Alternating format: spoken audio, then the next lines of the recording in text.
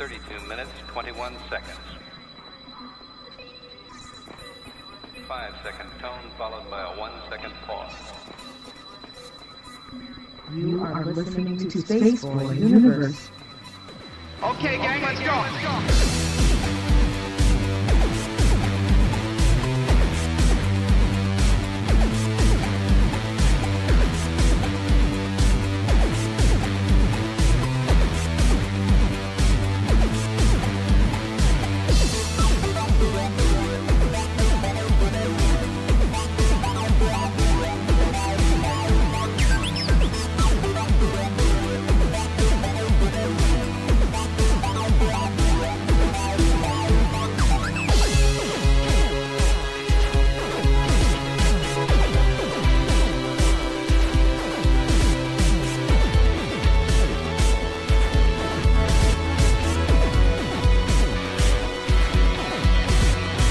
From the space city called Houston, Texas, welcome to Spaceboy Universe, featuring Spaceboy and the lovely Surlana. So strap in and prepare for launch sequence.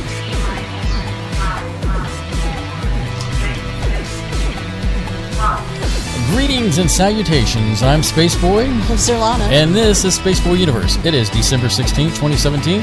We're on show number 2.11. And tonight's show is called Electronic Leftovers. You know, when you raid the fridge and there's nothing in there for cooking, you might as well go for the leftovers. As always, you can follow us on Twitter. That's at the SBU Universe. Follow Surlana at Surlana. Follow me. That's Spaceboy at Spaceboy Music. And, of course, follow the network that brings you all this fine programming, and that's at the SBU Network. Remember to hashtag your tweets tonight with hashtag SBU Universe and hashtag Space Cadets. You know, speaking of Space Cadets, we're hanging out with them right now in the old space room, and you can do that too. Go to spaceboyuniverse.com, click the dancing chat bubble, and that'll get you in with all the cool kids. In addition to Twitter, you can find the universe on Facebook, Tumblr, SoundCloud, iTunes, YouTube. Just look for Spaceboy Universe out there in the universe. Speaking of YouTube, you can find more than the Spaceboy Universe of archive of shows. There is video content from Spaceboy Music, video interviews, 2-Bit Gamers, and so much more. So go there, subscribe, become an official Space Cadet. Can't catch a show live? No problemo. Take the SBU on the go with you via Spreaker, SoundCloud, iTunes, and of course YouTube. You can do that too as well. Always cool places you can get the archive from, and they're out there too. And on that magical note, because we like to broadcast, don't we, Surlana? How are you tonight? Am I on? Okay, I'm on. Yeah, you're on. Let me double check. Yeah, I just it felt kind of quiet when I said hi. So anyway, well, okay, yeah. Cool. You're always a little reluctant when you say hi to the universe. I don't want to be.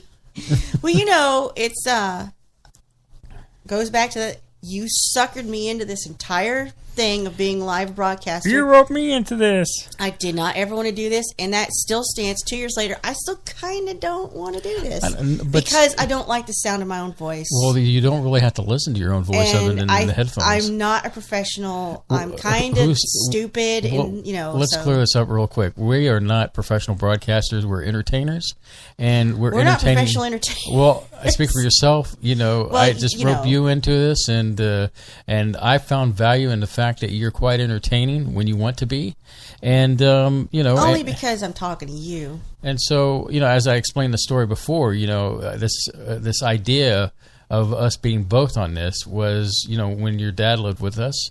And, you know, he'd sit in the back seat. Well, you would goad me on purpose. He would laugh at, our conversations. To put you in your place. Well, see, that makes for good broadcasting. I mean, even my sister mentioned the other day that she loves your dark attitude, and we're kind of a yin and yang situation. We kind of complement you. I'm just living my life, man. Hey, I know. Just making our way from downtown. So, you know, it is what it is. And, man, we are glad to be here today. And tonight's going to be a bit of a mixed bag. Mm-hmm. And that's why we called it Electronic Leftovers. There will be, I'll do some holiday stuff. Mm-hmm. Let's do it toward the end, you know. Yeah, there's just stuff from here, there, and nowhere. Things on our mind we want to talk about. I don't know if we want to get into some of them before the break, but let's talk about the most important thing is I got 3 vacation days approved. Yes. Technically, I'm on call this week and next week. So what goober is working that needs tech support during that time. You'd be surprised. People need tech support. It's like my computer is broken down and I don't know what to do. If you need tech support between the 22nd to January 2nd, you're a goober. Just leave it alone. Anyway, so I asked off for the 20th, the 21st, and the 22nd. So it means I have to go to work Monday and Tuesday. Now, I could have gone the whole week, but I just felt like I hoard my vacation days. Yeah. So that'll give me a week and 3 days off. So that means when I come home Tuesday of next week, I don't go back to work till next year. How about them apples? I'm happy for you. But anyway, I guess at some point once the new year rolls over, then I'll have time off again. And yeah, because you live, you work in the real world, but they only give you a certain amount of PTO, paid time off. I think this job is probably the first job I've ever had where they've really slim pickings when it comes to time off. I work in Fantasyland, which is called higher education, but I work for the state of Texas, which means your vacation and your sick leave accumulates and rolls over. If you don't take sick leave, you don't take vacation, you keep it. Sick leave is never ending. Vacation based on your pay grade, like I'm a level 23 based on the number you're at, you have a set amount of vacation hours you can bring into the next fiscal year, but they're so ridiculously high, you'll never hit that upper limit of vacay, so you just take it with you into the new year. It just rolls over and accumulates. Yeah, rolls over. That is one of the only redeeming things about working in higher education that will keep you there is the very forgiving nature of paid time off and the up and down, like you're busy, and then there's nothing. And you're busy, and there's nothing. And there's nothing, and you're busy. It's like that. So that you just reminded me of another job I worked at where they didn't roll over the time off. It was the use it or lose it. Is the cat still over there? Yeah. Okay, cool. I was just checking. She's chilling. Don't worry about her. Cat's fine.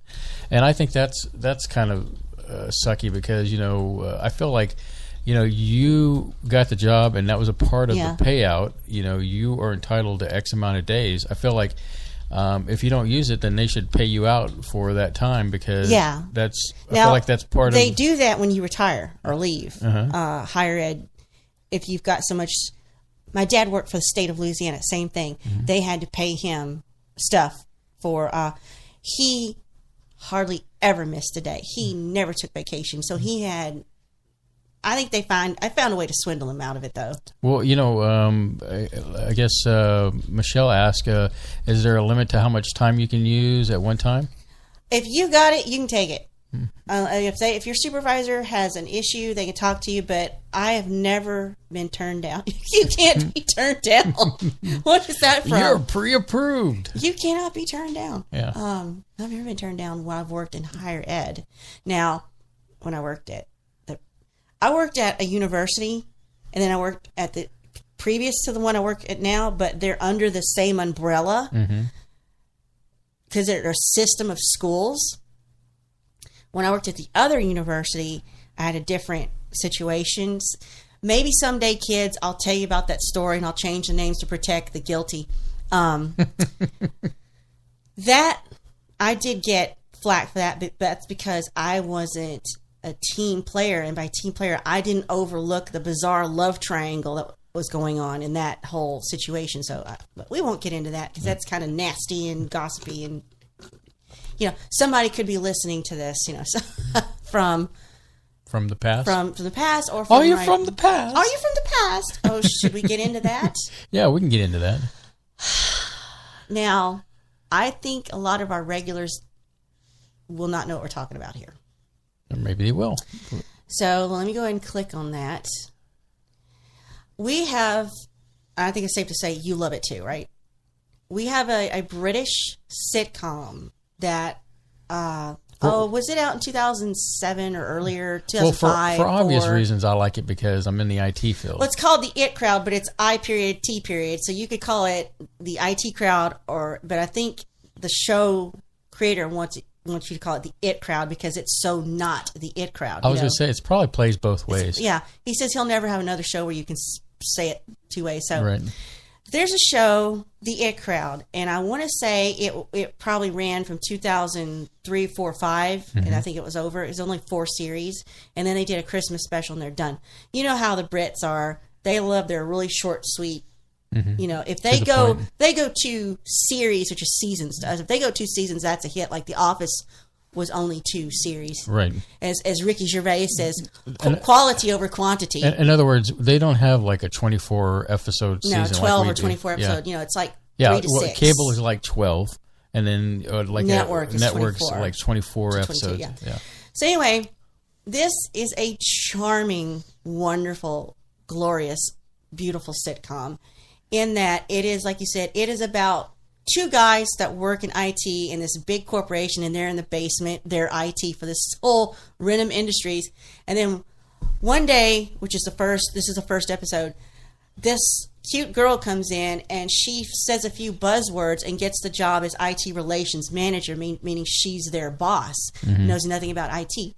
This actually happened at the university that I left.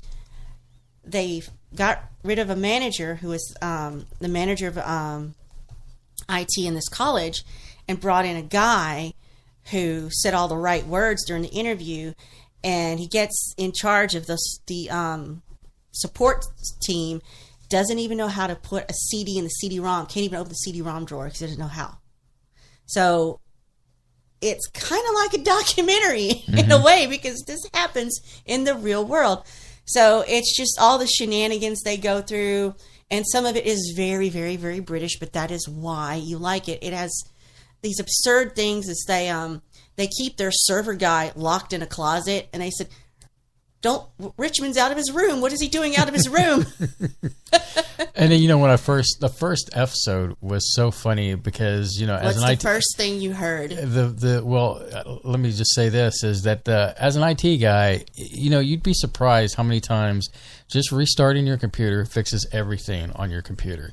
And so one of the first things that works with most mechanical things. So, you know, when he said, he asked the person on the phone, have you tried rebooting your machine? Have you tried turning it on and off again? Turning it off and on again. That's the way he says it. He didn't say reboot. Yeah. But, okay, so back in 2007, they, you know, after that show had run its course and it was done over in its original country, England, the writer is Graham Linehan. He's the writer-creator.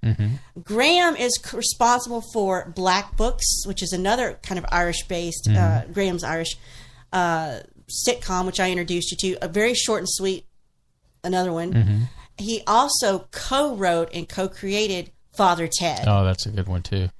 Depending on how hardcore Catholic you are, it's either highly offensive or hysterical. So there's one other show I think he co-wrote.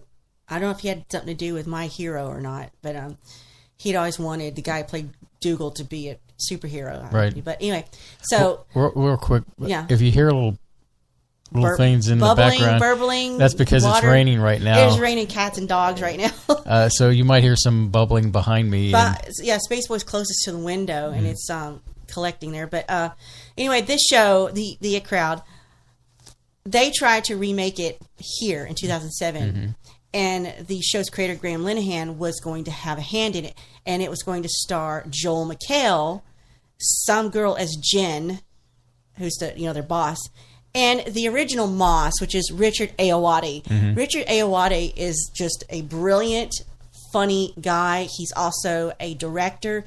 You may have not seen him, but if you saw, what's that movie, Neighborhood Watch, that had Ben Stiller? Neighborhood Watch, yeah. He was the alien that lived in the neighborhood. Did you finally, spoiler, if you hadn't seen it, there you go, spoiler. I don't mind. That was a stink bomb of a movie. Still. I want to spoil it for you. You shouldn't even be watching that crap. Anyway, so.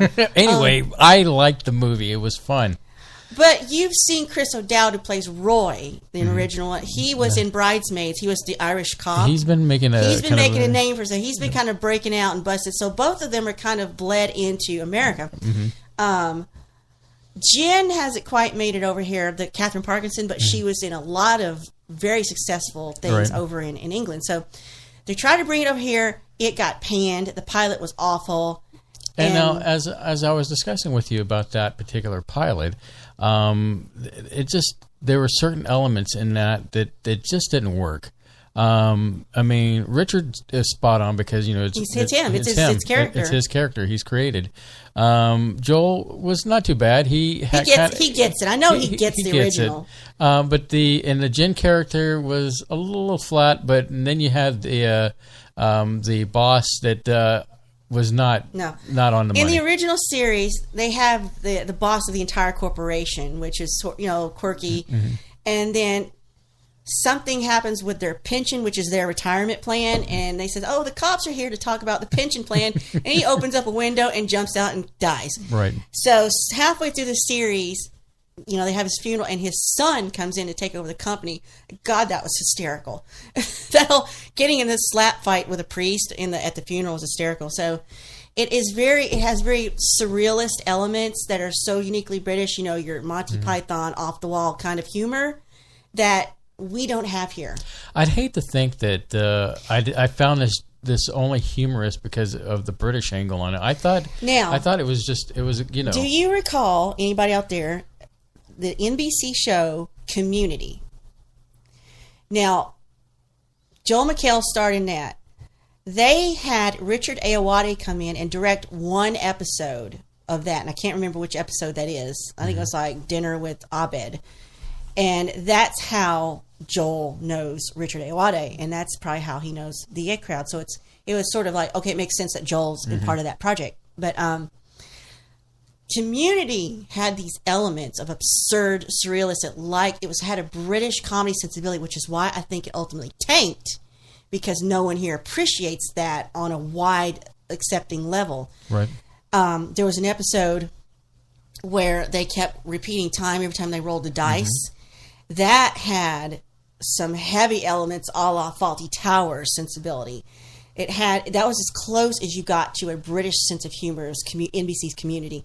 And you can watch the first 3 series somewhere on Amazon, but you got to pay for it. Anyway, Community, good show, by the way. What we're trying to tell you is back in 2014, they tried to redo an American version of the It Crowd again, and it failed to get off the ground. But now, according to Variety magazine, NBC's trying to do it again, and they're bringing Graham Linehan, the writer, back in to write and executive produce.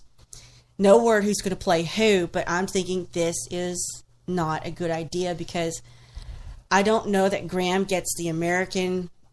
So you're saying just wouldn't be. It's just not going to be good. You're just jumping to conclusions. You sound like all these fanboys that are out there for various different shows. I'm a huge fangirl for the It Crowd. Yeah. It challenges every belief you've ever held, and you're loving it. To quote Moss. I'd like to think, as the member of Hope on the Universe team, that the third time is a charm. Think so? Yeah, I'd like to think. I'm willing. I'm trying to be flexible here. Well, I'd love to see a U.S. version of the IT Crowd. Go check out the It Crowd. I think it's on Netflix. I'm pretty sure it's on Amazon. Oh, you can definitely see clips on Netflix. You can bootleg it somewhere off of YouTube. You can get the DVDs. It's just gorgeous. I love it. Hey, go check out Black Books and Father Ted too, because those are written by the same guy.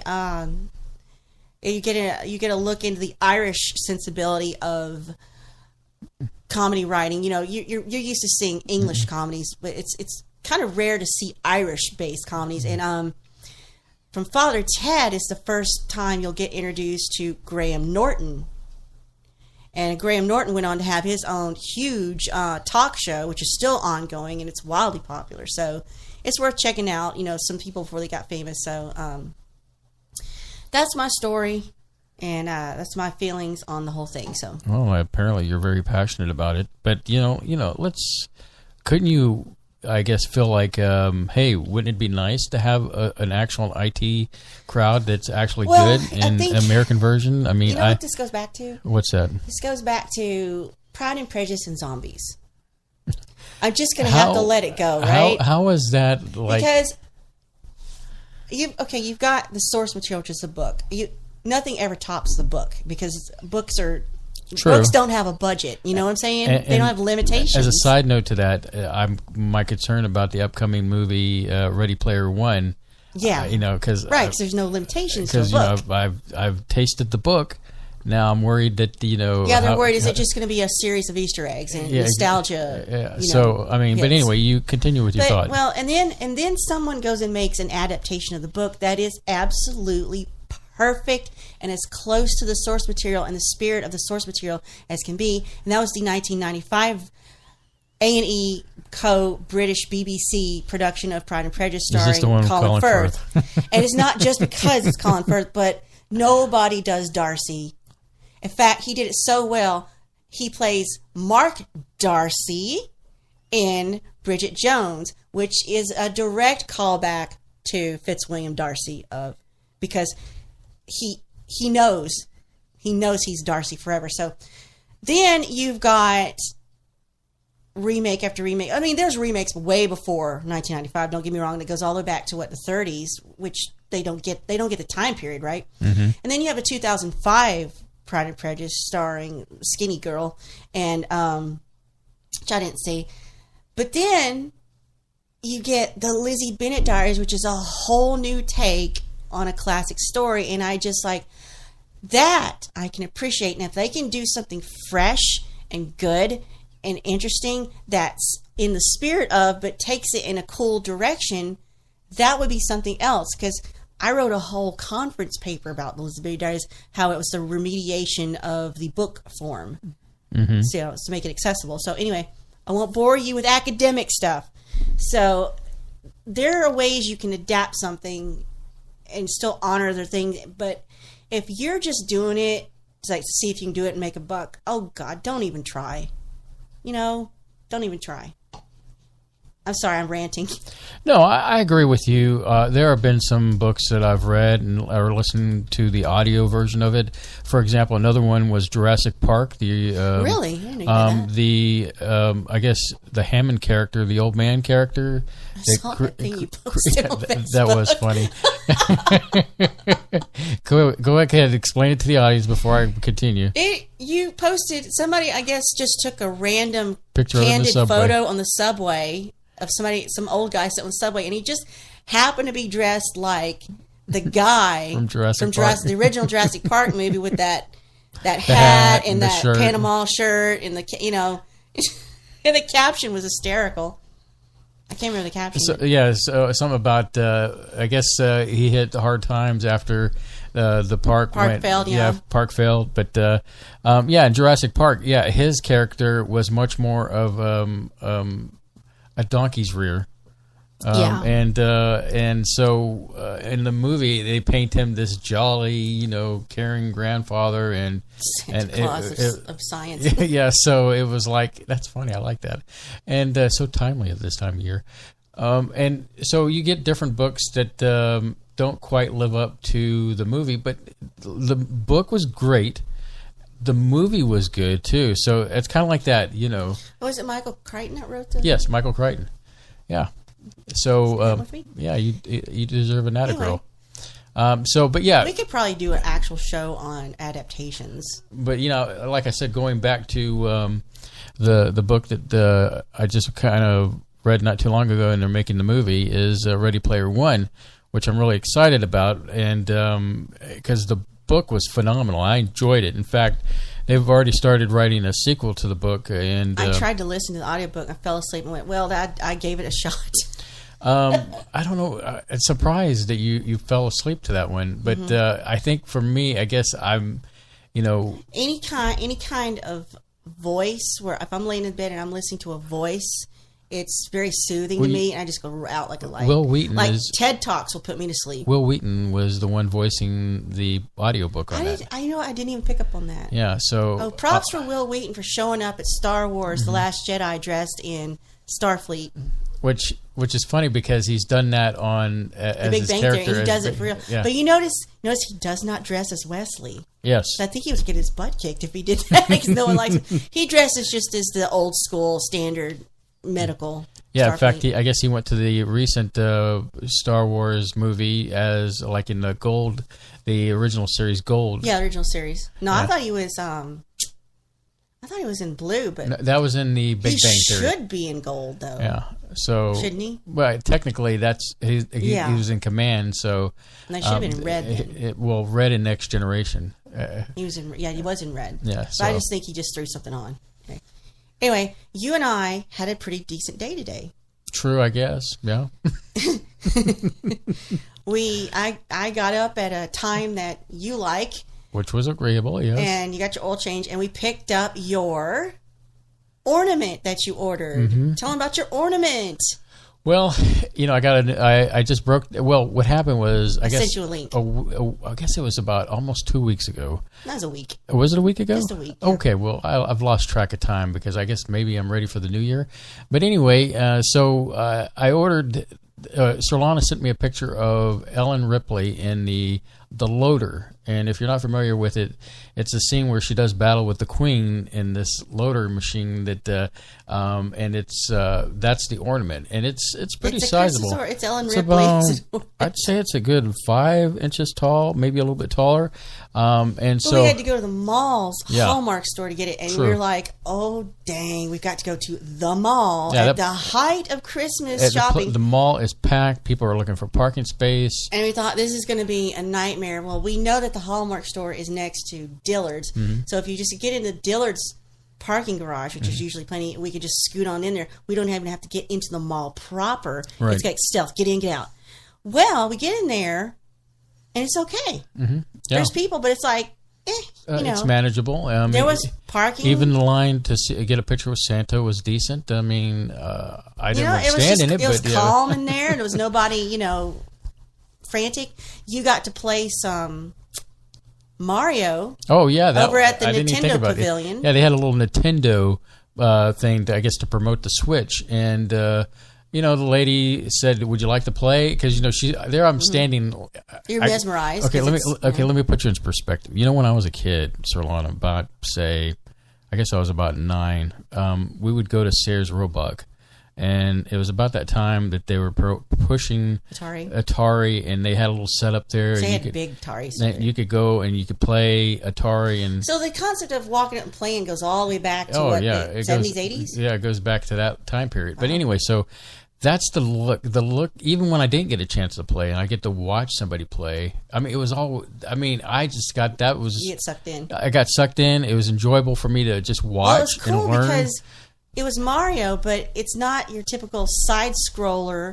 Anyway, It's like, so what, first as I'm person? telling my story here is that I'm trying to give people the image that I have this thing where I do get sucked in and do that head tilt like Forrest Gump, and so I Like a start plug. start watching it. But we step up to the Nintendo thing, and I'm like, first off, it's a big 80-inch screen TV that they've got the new Mario game on, and it's so colorful and so vibrant, and So in your it face. plays like Nintendo 64's Mario, in the fact that it's 3D, you can move Yeah, anywhere. but it's like open world, first person, and so not side scroller. I had never touched a Switch until today. Yeah, and what'd you think? And I kind of liked You didn't it. tell The, me what the, you thought. the remotes, I thought were going to be too small, but they were comfortable in my hands and moving them. And so not only does Gameplay was interesting too. you have buttons, you have Motion the you get to make. the D-pad moving things, and then you can also, it has the motion just like the Wii and the Wii U has. And so as I'm playing a little bit of it, I'm sucked into it. It's a great I was game, laughing great at you. system. I still don't know if I would buy it just for the simple fact that What other games would there be? exactly. I mean, don't get me wrong. I'm a big Mario fan. I was talking to the lady while you're doing that who got you set up. And I said, well, he's an old school Nintendo gamer. I said, we only have 2 consoles left in our house, our old PS2 and our Wii. Right. Because we've moved to Steam. Yeah, we do Steam games now. I mean, the only thing that would get me back into console type games would VR? be the VR thing. And, Mario VR, where you are Mario. Well, they haven't come out with something like that, but who knows what It's coming down the pipe. I mean, I do know that they're working hard to do the augmented reality stuff, and where you don't even have to wear the visor. I thought that the Mario-themed bear at Build-A-Bear was adorable because it had a little mustache and everything. So anyway, getting back to games, is that I was very impressed with it. And if you're definitely a Mario fan, I would recommend it. Like I said, I don't personally. I'm sure that Mario Kart works there too. And so the only complaint that I've heard so far is the battery life, because the thing with the remotes? With the unit, you could take the game with you and play it like a handheld. But the battery life is kind of So anyway, I don't mean to stop us right here because we've got to go to break. Well, we got lots of stuff to talk about. And so we'll continue when we come back, and don't touch that dial.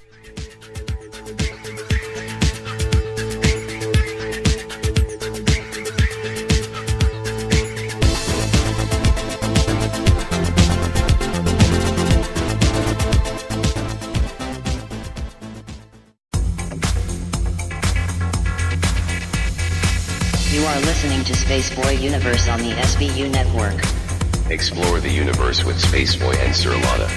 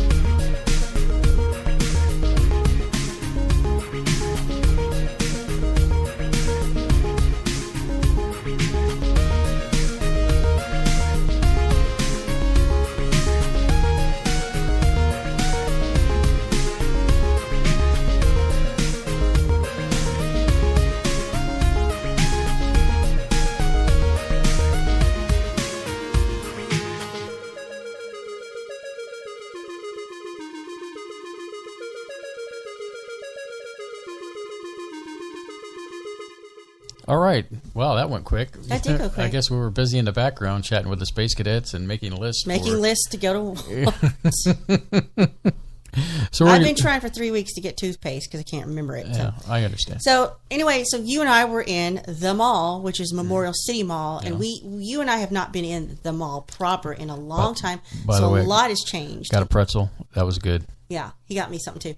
So we said, hey, we're not, we're done with what we came here for. Let's just, maybe cruise down the mall because there was a lot of people there, but it didn't feel like, oh my God, I got to get out of here. It was just kind of like chill, it felt kind of chill in there. So we're walking the mall and we haven't been in there and there's all these, oh my gosh, where did all these cool stores come from? Now, look, this mall has gotten really high-end upscale stores in it. Then it got some kind of cool funky stores. So I mean, this is where all the wealth is, Memorial City Mall off I-10. So we see these two stores and they're opposite each other across the, away from each other. And one of them is a toy store. But it wasn't like just it was small, but it only had like kind of cool, funky, nerdy. It's kind of a blend of like learning toys and like think geek nerd stuff. So of course they have your obligatory wall of Funko Pop boxed figures. And just for like, as our audience knows, I'm kind of a fan of those. Yeah. So, we're just, we always look at them because we could think, there's ones we want, but I was thinking if we see a good deal, maybe we could get it for a giveaway. We're always thinking about what could we we're always thinking about giving aways. And then we're in there, and lo and behold, I see two things. I'm like, I don't care if we're about to go bankrupt and we got to live under a bridge next week. I want these two Funko Pops. And sure enough, I found Crow T. Robot and Tom Servo. Mystery Science Theater. From Mystery Science Theater, the little puppet robots. And I'm a little perturbed that the Funko Pop box for Crow just says Crow when his name is Crow T. Robot. Okay. Weird. I don't know why they did, but this is number 488 and number 489 Funko Pop. So I own them now, and I'm happy they'll go on probably the shelf with the little other ones I have. So. I might go back and get. They had an alien from Xenomorph. The Xenomorph that But that was the coolest store. So we're in this line. Now, there was only one person working register. So we had time to stand there and kind of look around. So we're standing looking at the cash register area, and I just happened to turn 180 degrees, and I look down, and out of all the things in the cute little keychains, there's one bag of candy there. It's the only candy in this section. And what is the candy, K28? Can you guess what it is? See if he's paying attention. TikTok. It's a live show, K28. Come on, K28. Come on. Give us the answer, K. Hopefully he's not outside hiding behind a tree listening to the show. Well, reception. Anyway, it was a bag of circus peanuts, and I thought this is a sign of some kind. I don't know what it's a sign of, but maybe it's just that, we were thinking of K28 and the other space Come cadets. on, K28. K28 says licorice. So anyway, then we went across the way to this store called Typo.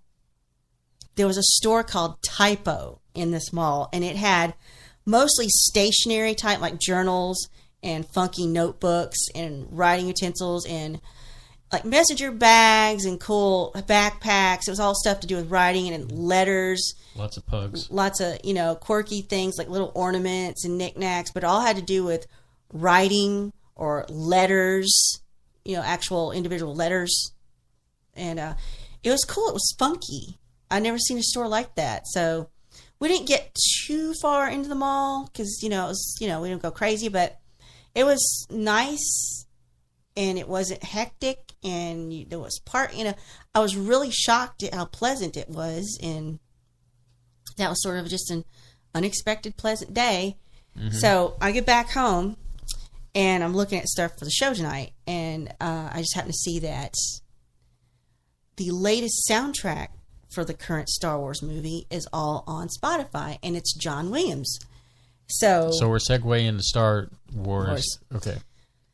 So I kind of just sped through some of the sections, and of course, it's gorgeous because it's John Williams. It's the classic horns. He's the master of film music. Yes. So, and of course, the opening main title's the same. That's always the same in every collection.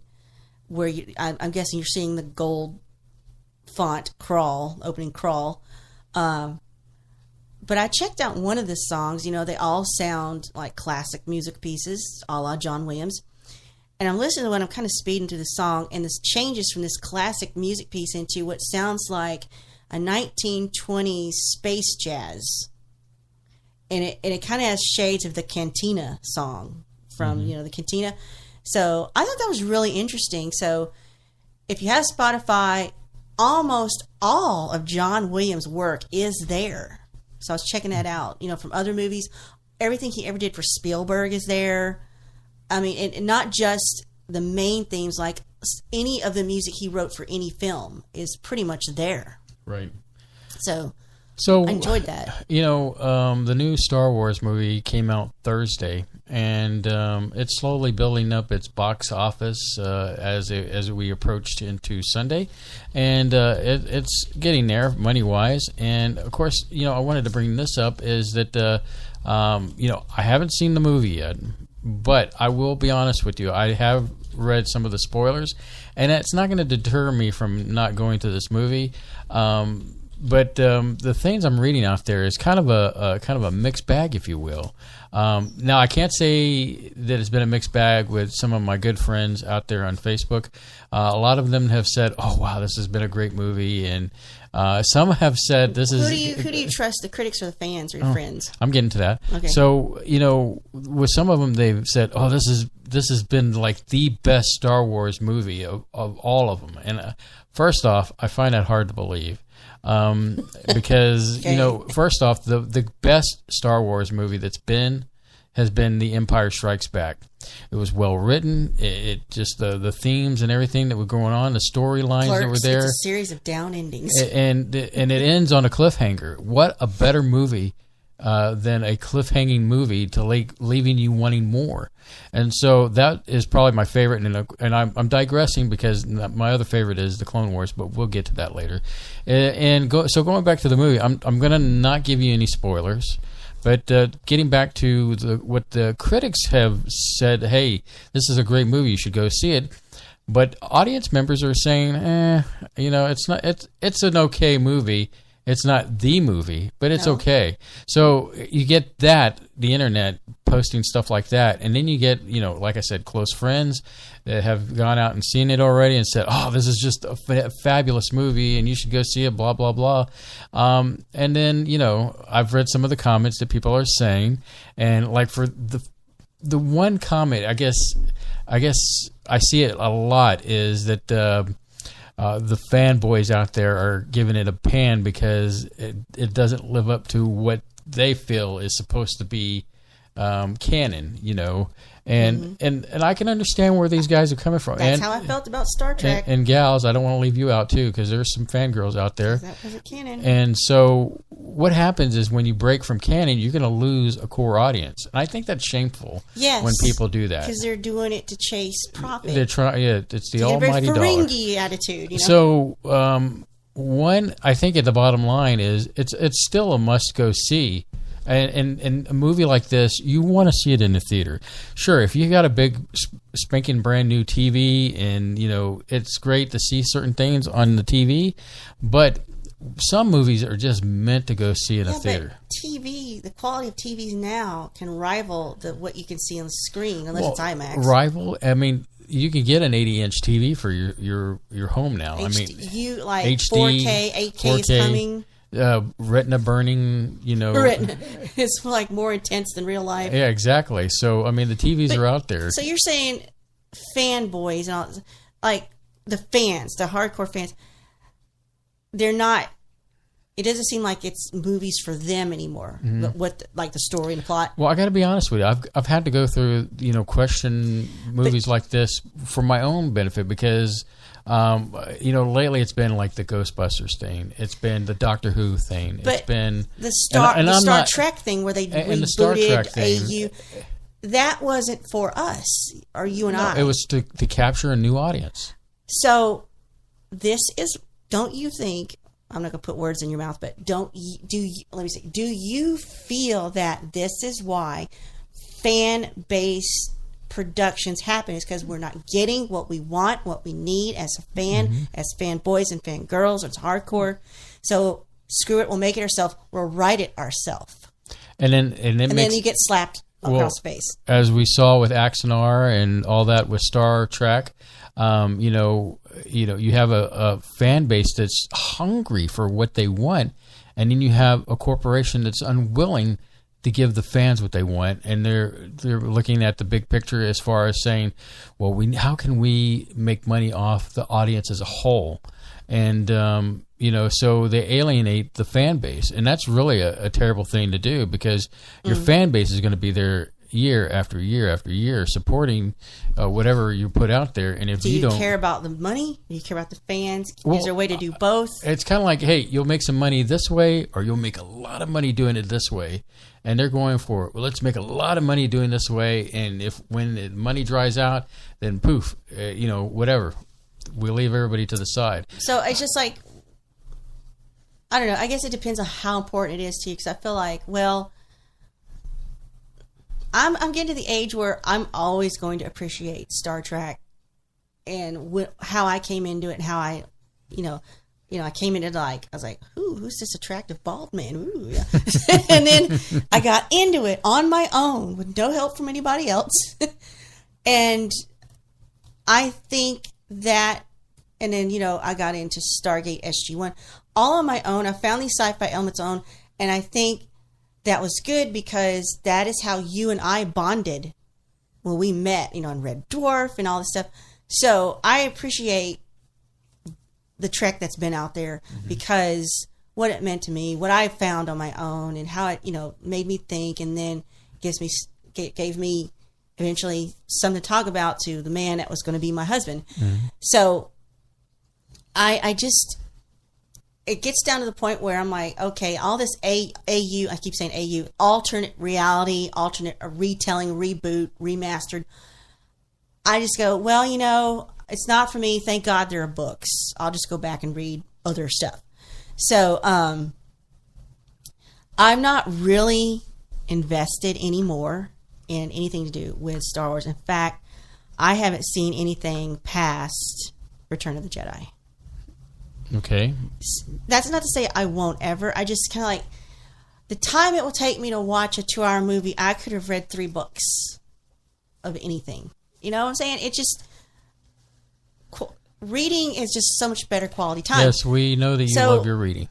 But now, that's not to say I have not been enjoying some Star Wars related content lately. And I feel like I'm the last person to the party on this, but I just I know about the YouTube channel Bad Lip Reading, where they take clips from movies, TVs, football, broadcasts, and they watch their lips move, and they put words to what it looks like they're saying, not what they're actually saying. They dub over it. Well, they do songs sometimes. They've done they did one for The Walking Dead that was hysterical. They did one for, these other TV shows, Game of Thrones. And, well, I found a Bad Lip reading of Star Wars, The Empire Strikes Back, Seagulls, Stop It, Please. Stop it now. And it's basically Yoda singing about seagulls pecking at him while he's trying to train Luke on Dagobah. And I cried.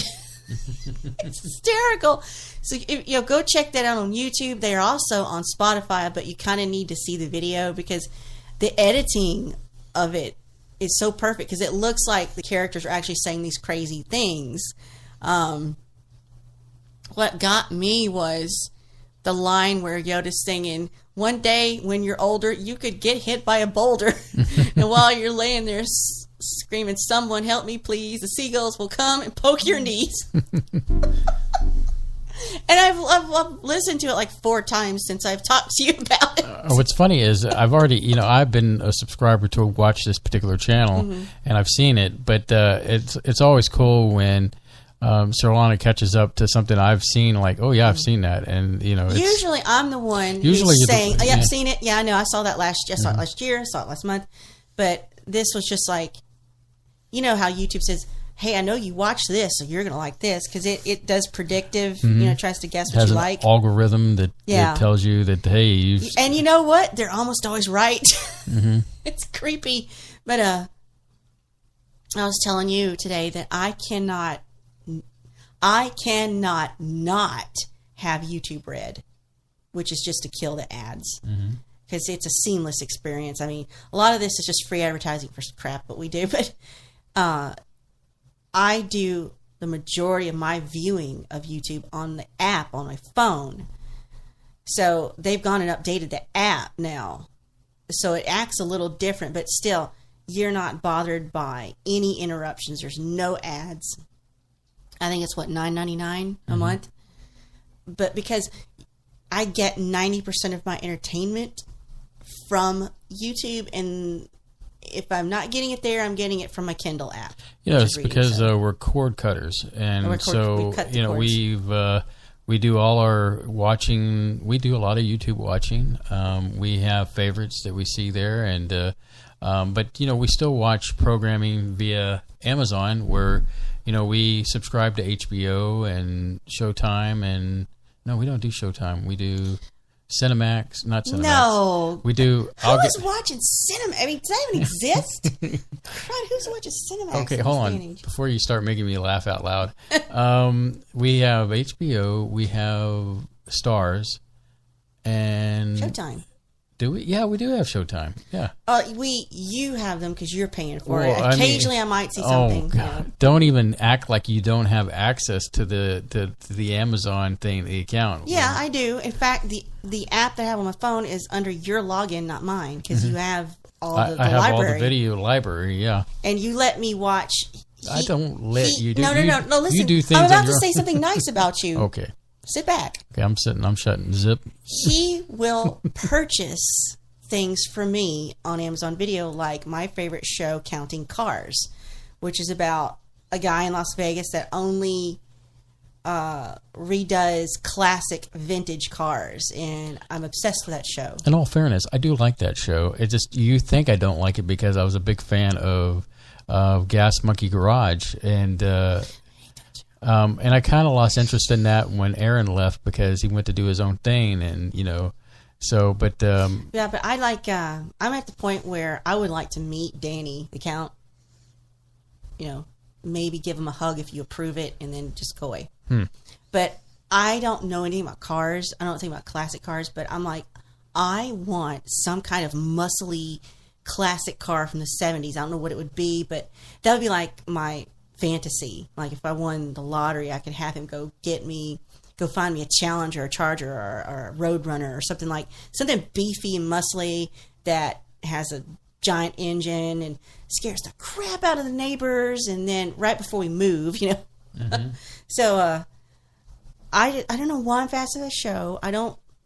We don't have classic cars. We don't restore them. We don't, But yeah, anybody can appreciate a classic car. About that show where they take something that's beat up or trashed or something. You know what fascinates me, and I suppose they probably do this for real or have done it for real, but they show it on the show is they'll grab 2 guys, sometimes it's Danny, but sometimes 2 guys from the shop, and they'll troll the neighborhoods looking for cars in people's garages that they can see, cars in their, parked outside, and they'll just go up to their house and like, hey, we see your car. Can we talk about your car?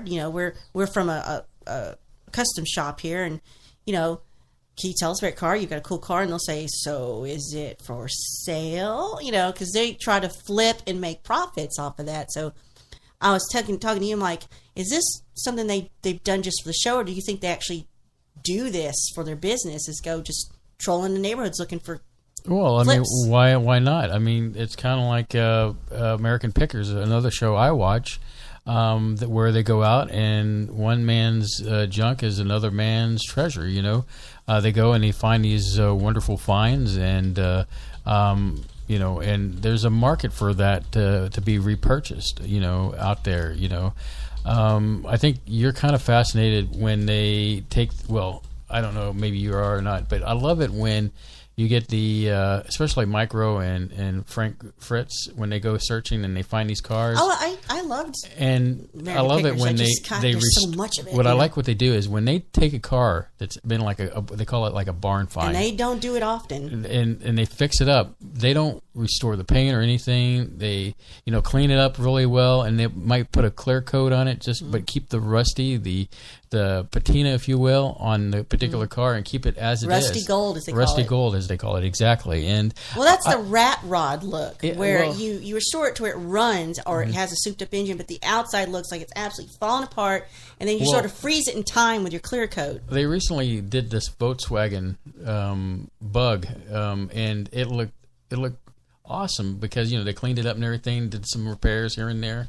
And then they put a clear coat over it to seal it so that it wouldn't rust or anything. And but I do like that. Do you like that look? I do. And for me, it's kind of like you're keeping something going that all it needed was a little TLC to bring it back to life. And in other words, we live in such a society where we have something and then we throw it away as soon as it's used, instead of trying to repair or trying to fix. And I missed that part of my youth because it got me interested in building things in general and maintaining things. But we're such a disposable society. It's such waste that these products that we use nowadays that just get thrown away instead of trying to keeping a car going for indefinite. Like I have. Yeah. I'm on my 13th year of the same vehicle. Mm-hmm.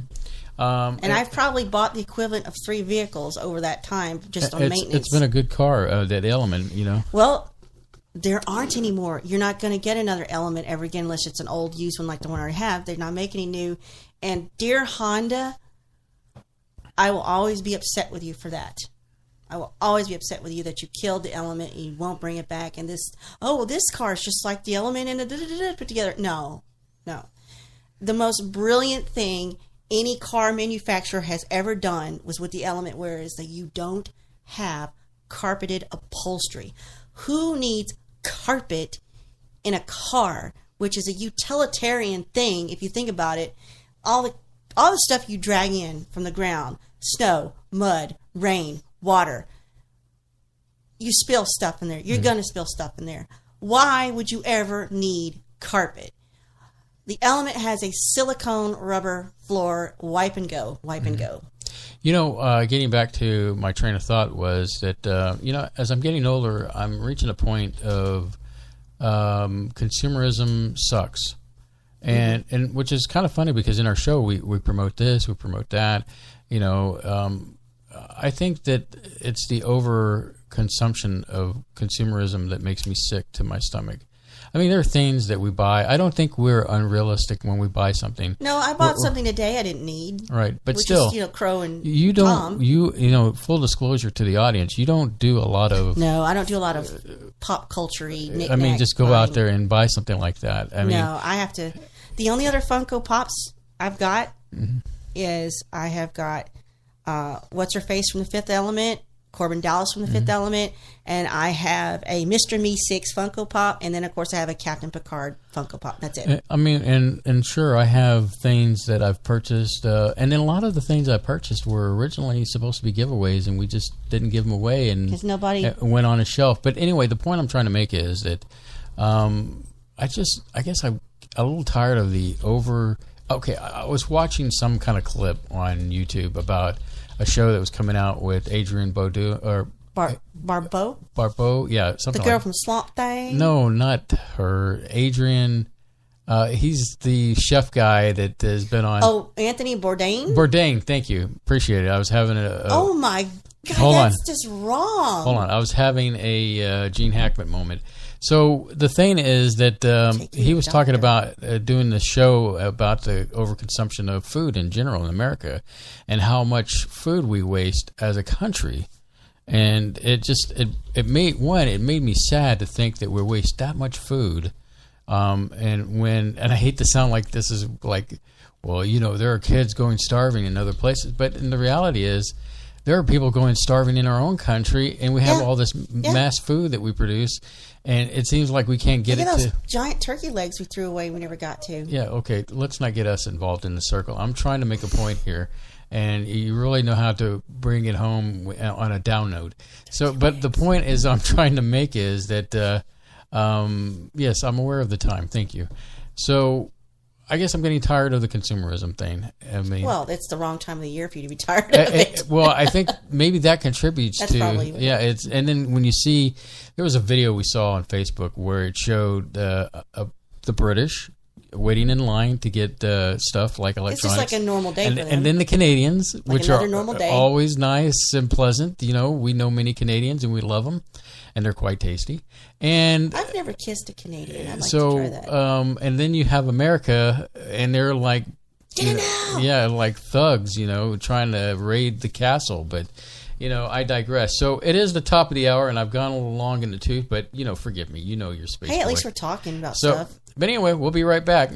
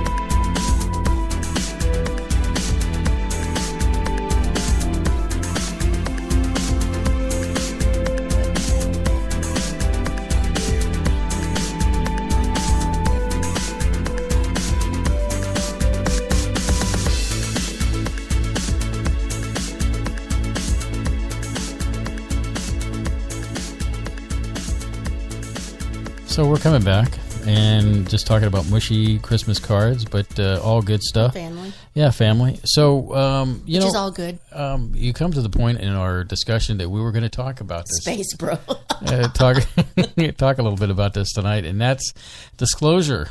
And, recently the mainstream media, all of them, have put out there about the Harry Reid and the Pentagon. I don't know anything about this. Basically, Harry Reid created this, I guess. Okay, first, sorry. Who's Harry Reid?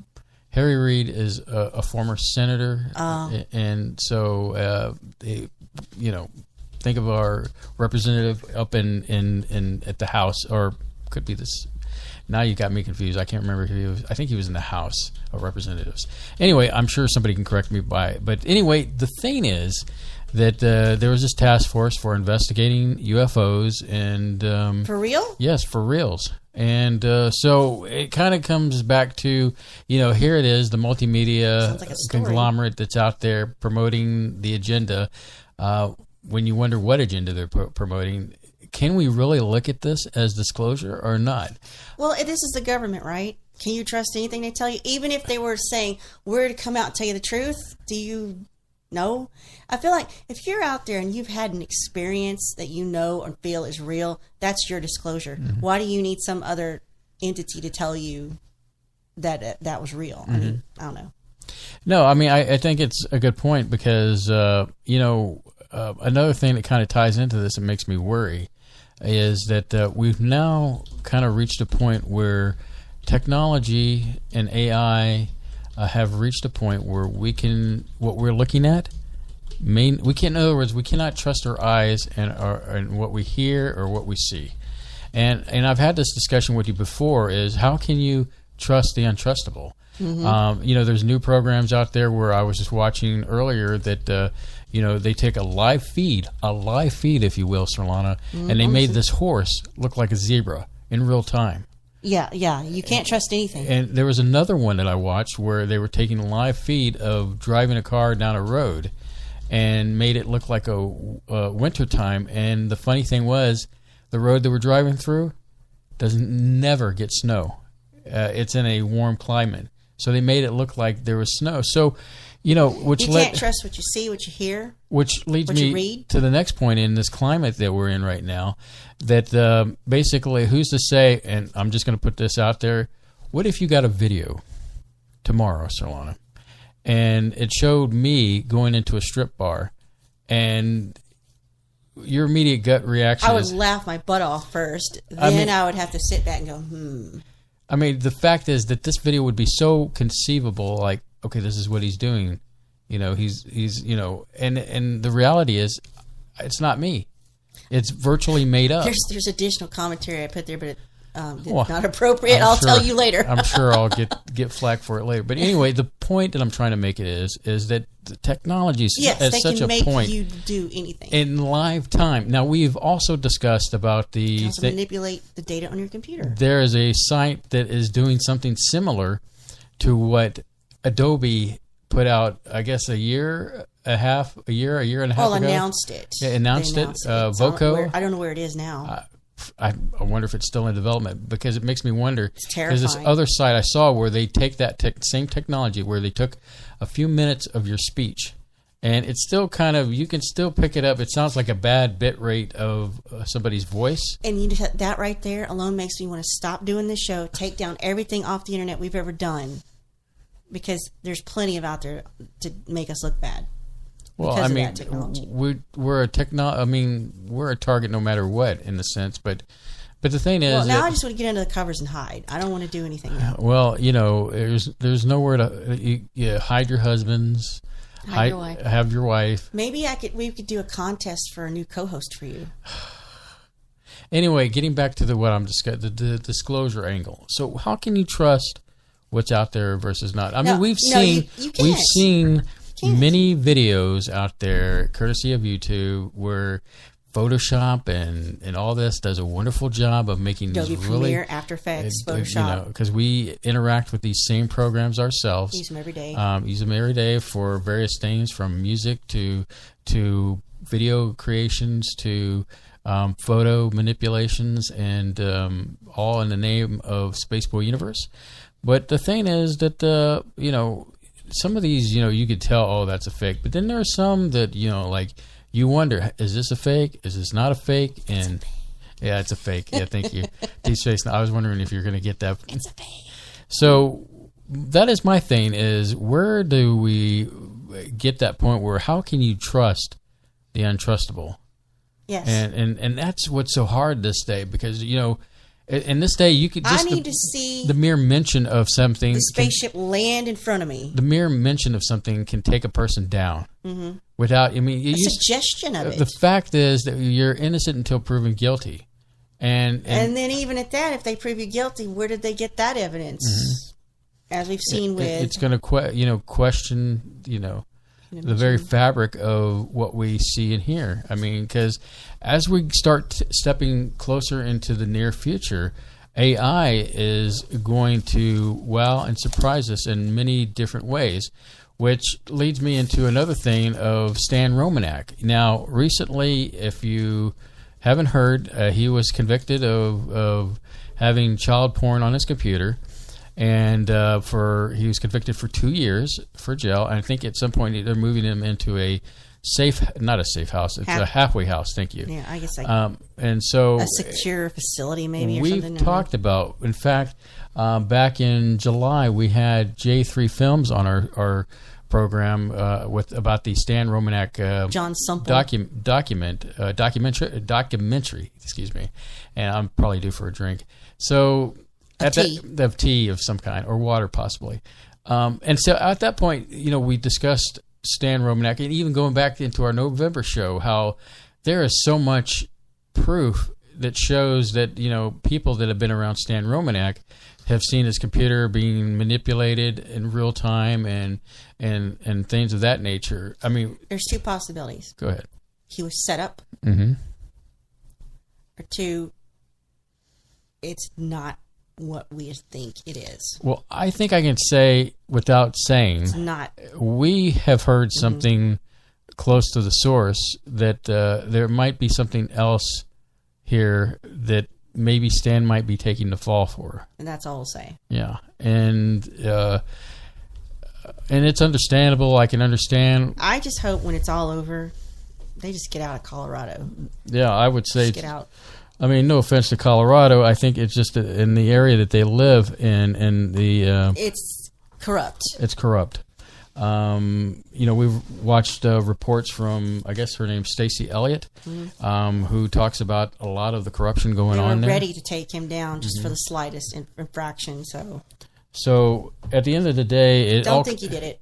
Comes back to disclosure. How can you trust the untrustable? When they go and set people up like this, they can manipulate. It's like, turn your computer off every moment you're not on it, because you don't know who could be trying to get in. Well, the problem with that, Surlana, there are some computers that in the BIOS that they are configured to where they can automatically turn back on.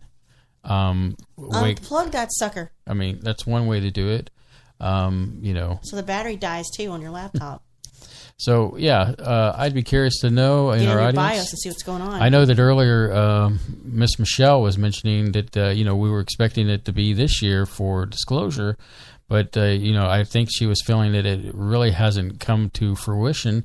And, I kind of agree with her. And there'll be no global disclosure. You have to have your own personal disclosure. Yeah, so it's rough in the sense that, hey, I'm like Fox Mulder. I want to believe, but I'm not willing to be a lemming and jump over the cliff. And there's so many people out there that proclaim to be the end all as far as when it comes to the knowledge base of ufology and discussion of that. And what was the thing about them trying to discredit Betty and Barney Hill? Did you know anything about that?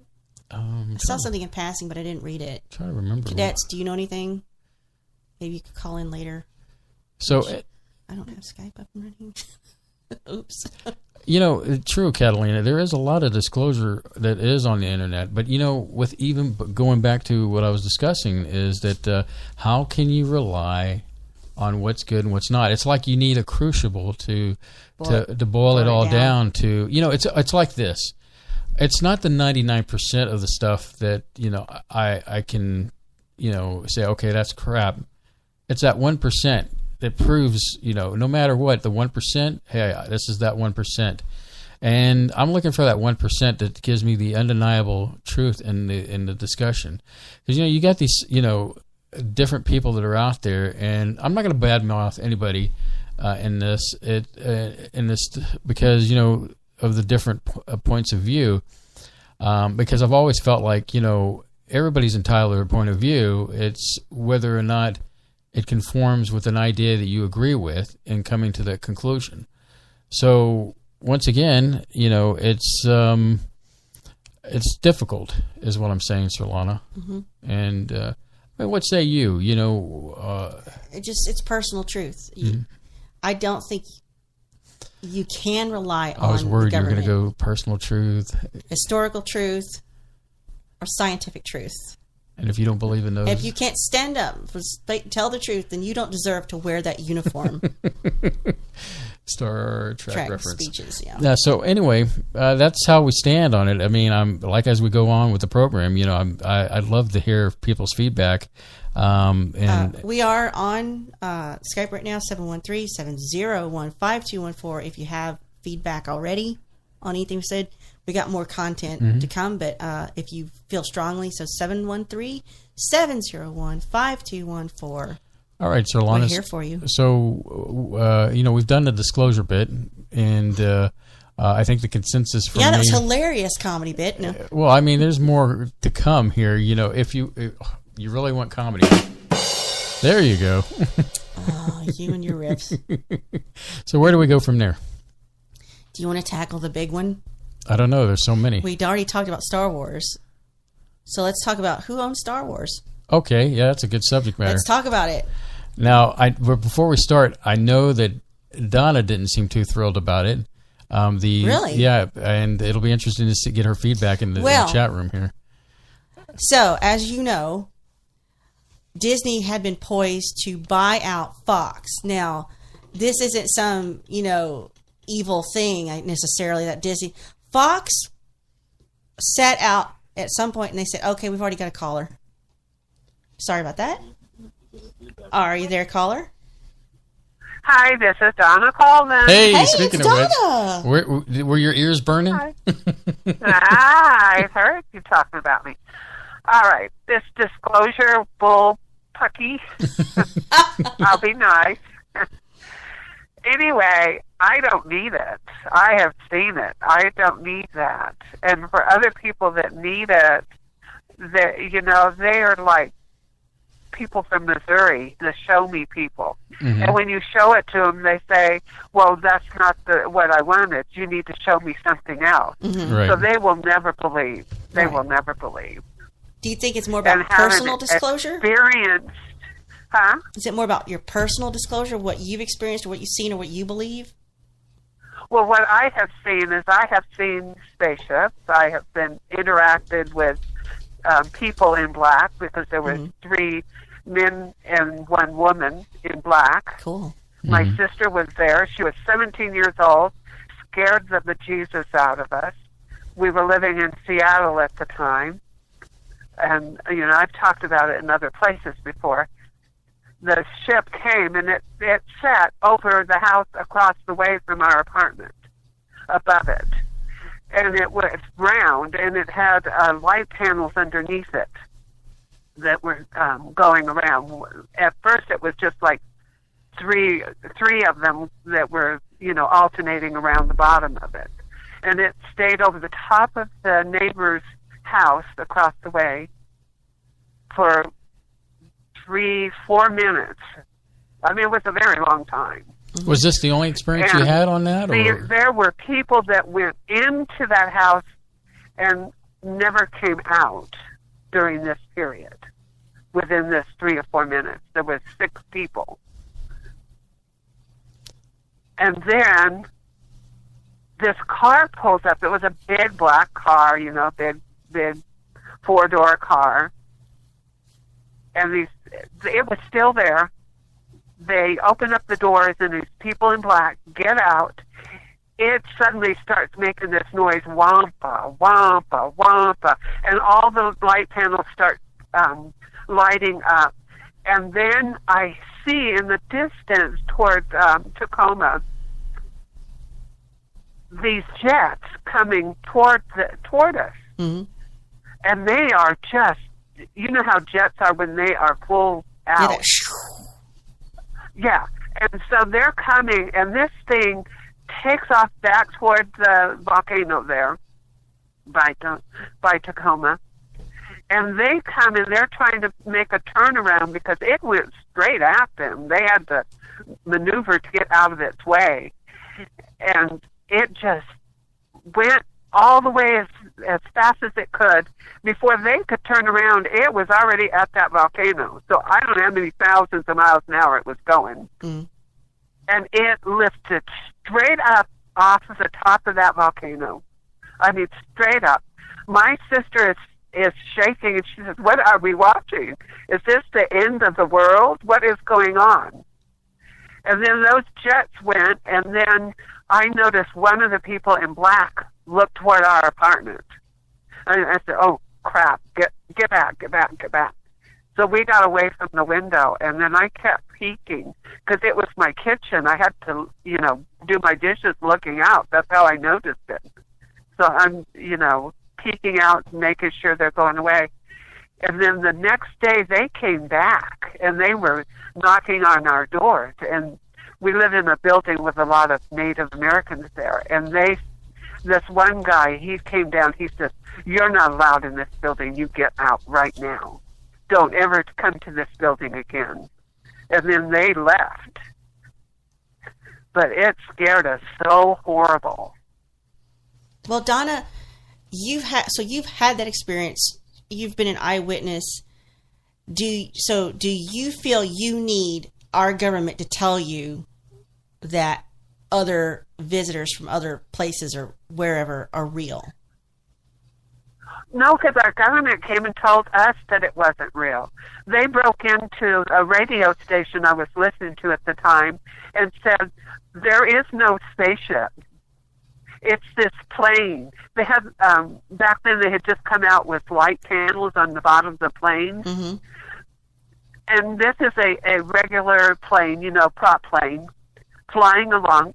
I saw it just minutes before I saw this spaceship. And it looked nowhere near this spaceship. It wasn't round. Mm-hmm. It didn't have these big square panels on the bottom. It had little lights, weird lights that it made into words. So your experience is you've had the government tell you they don't exist. So if they turn around and say they do exist, does that even have any impact on you? Because you've already had the experience. You know what you saw. Now they're saying it's not. No, it is. So I mean, do you even care what they think at this point or what they say? Well, no, I can't trust the government. There you Can go. Trust the government? No, heck no. Especially all the research I've done for this show on various topics, shadow government, secret government, these covert CIA operations, MK Ultra, the hippie movement. Some of that could be true, some of it could be false. But I'm like, I don't put it past them to have their own agenda that has nothing to do with our benefit.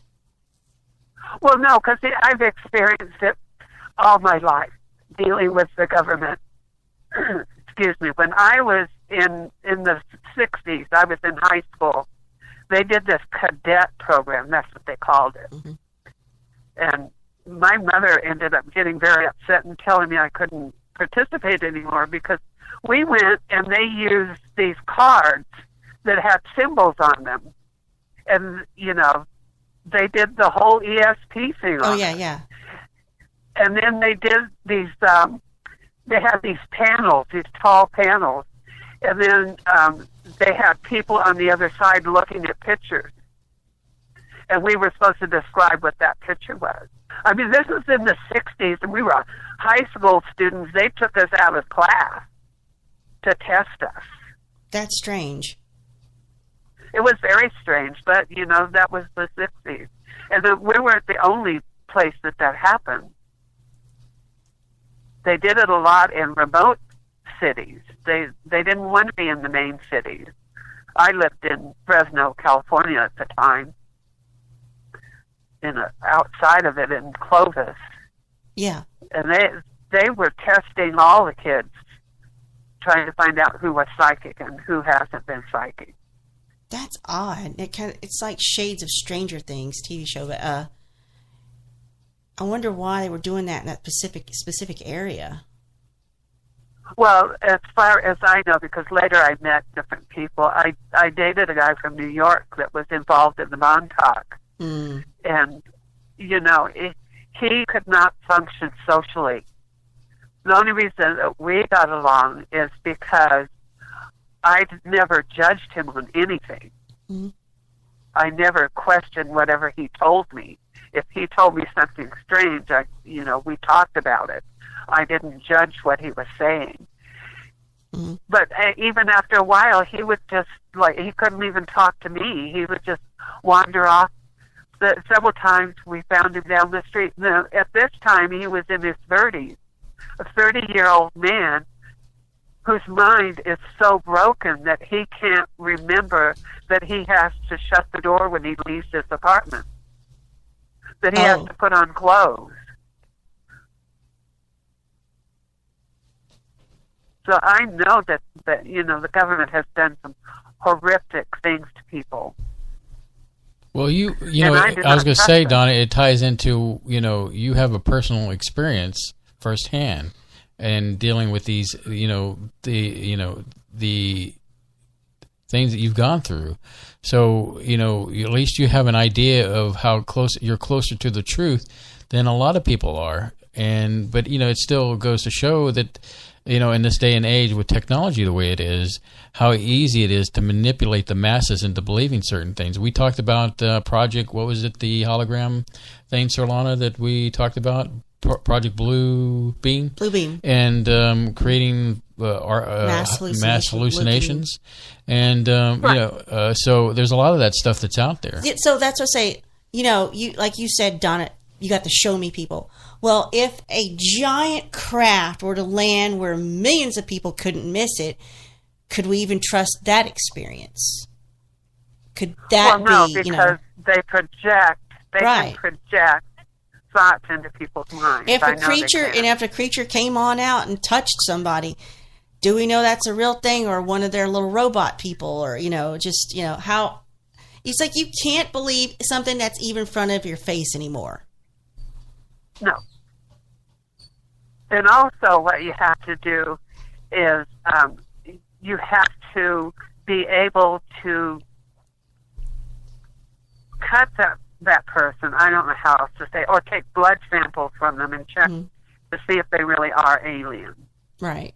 You have to see, does this being that's standing in front of me, is it real? Is it living? And even at that, I suppose they could find a way to mess that up too. But Donna, we're getting you've seen lots and lots of movies where they fake the blood test. Yeah, exactly. So Donna, we're at the bottom of the hour. Do you want to hold on while we take our break and continue our conversation? Because we'd love to get your pick on of the Fox merger. The next topic we're about to do, he says you feel passionately about it. I'm so, yeah. Okay, I'll hang on. Yeah, so hang there. Don't go anywhere. Everybody, we're going to be back right as I push a few buttons after this.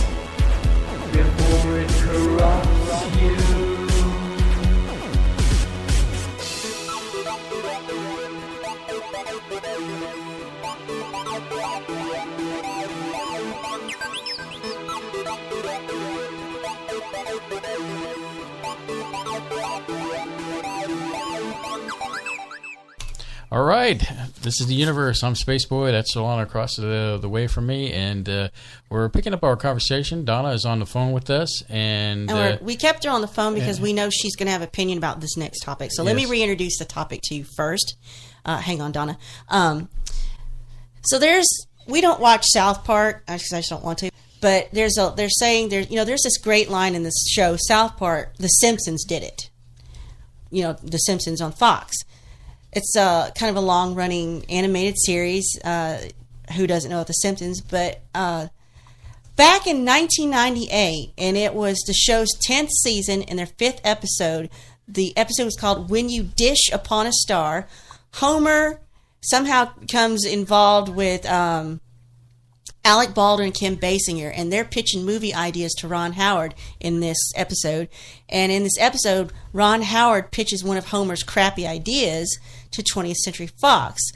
And in the scene, it shows the big logo for 20th Century Fox, and it says a division of Walt Disney Company. This is 1998, where The Simpsons predicted Disney would own Fox. Now, what's actually happened? Well, Fox up and said, hey, we don't want to do entertainment. We don't want to own these properties anymore. All we want to do is news and sports. So we're going to dump all these properties. Anybody want them? And Disney went, we'll take them. So what does this mean about your favorite things? Let's talk about Deadpool.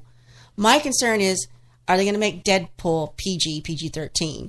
Well, as you told me earlier, the comic book creator of Deadpool, Liefeld, said he heard from Disney CEO Bob Iger. Iger said, all the sequels of Deadpool will remain R-rated. So, because he gets it. He gets why Deadpool is so...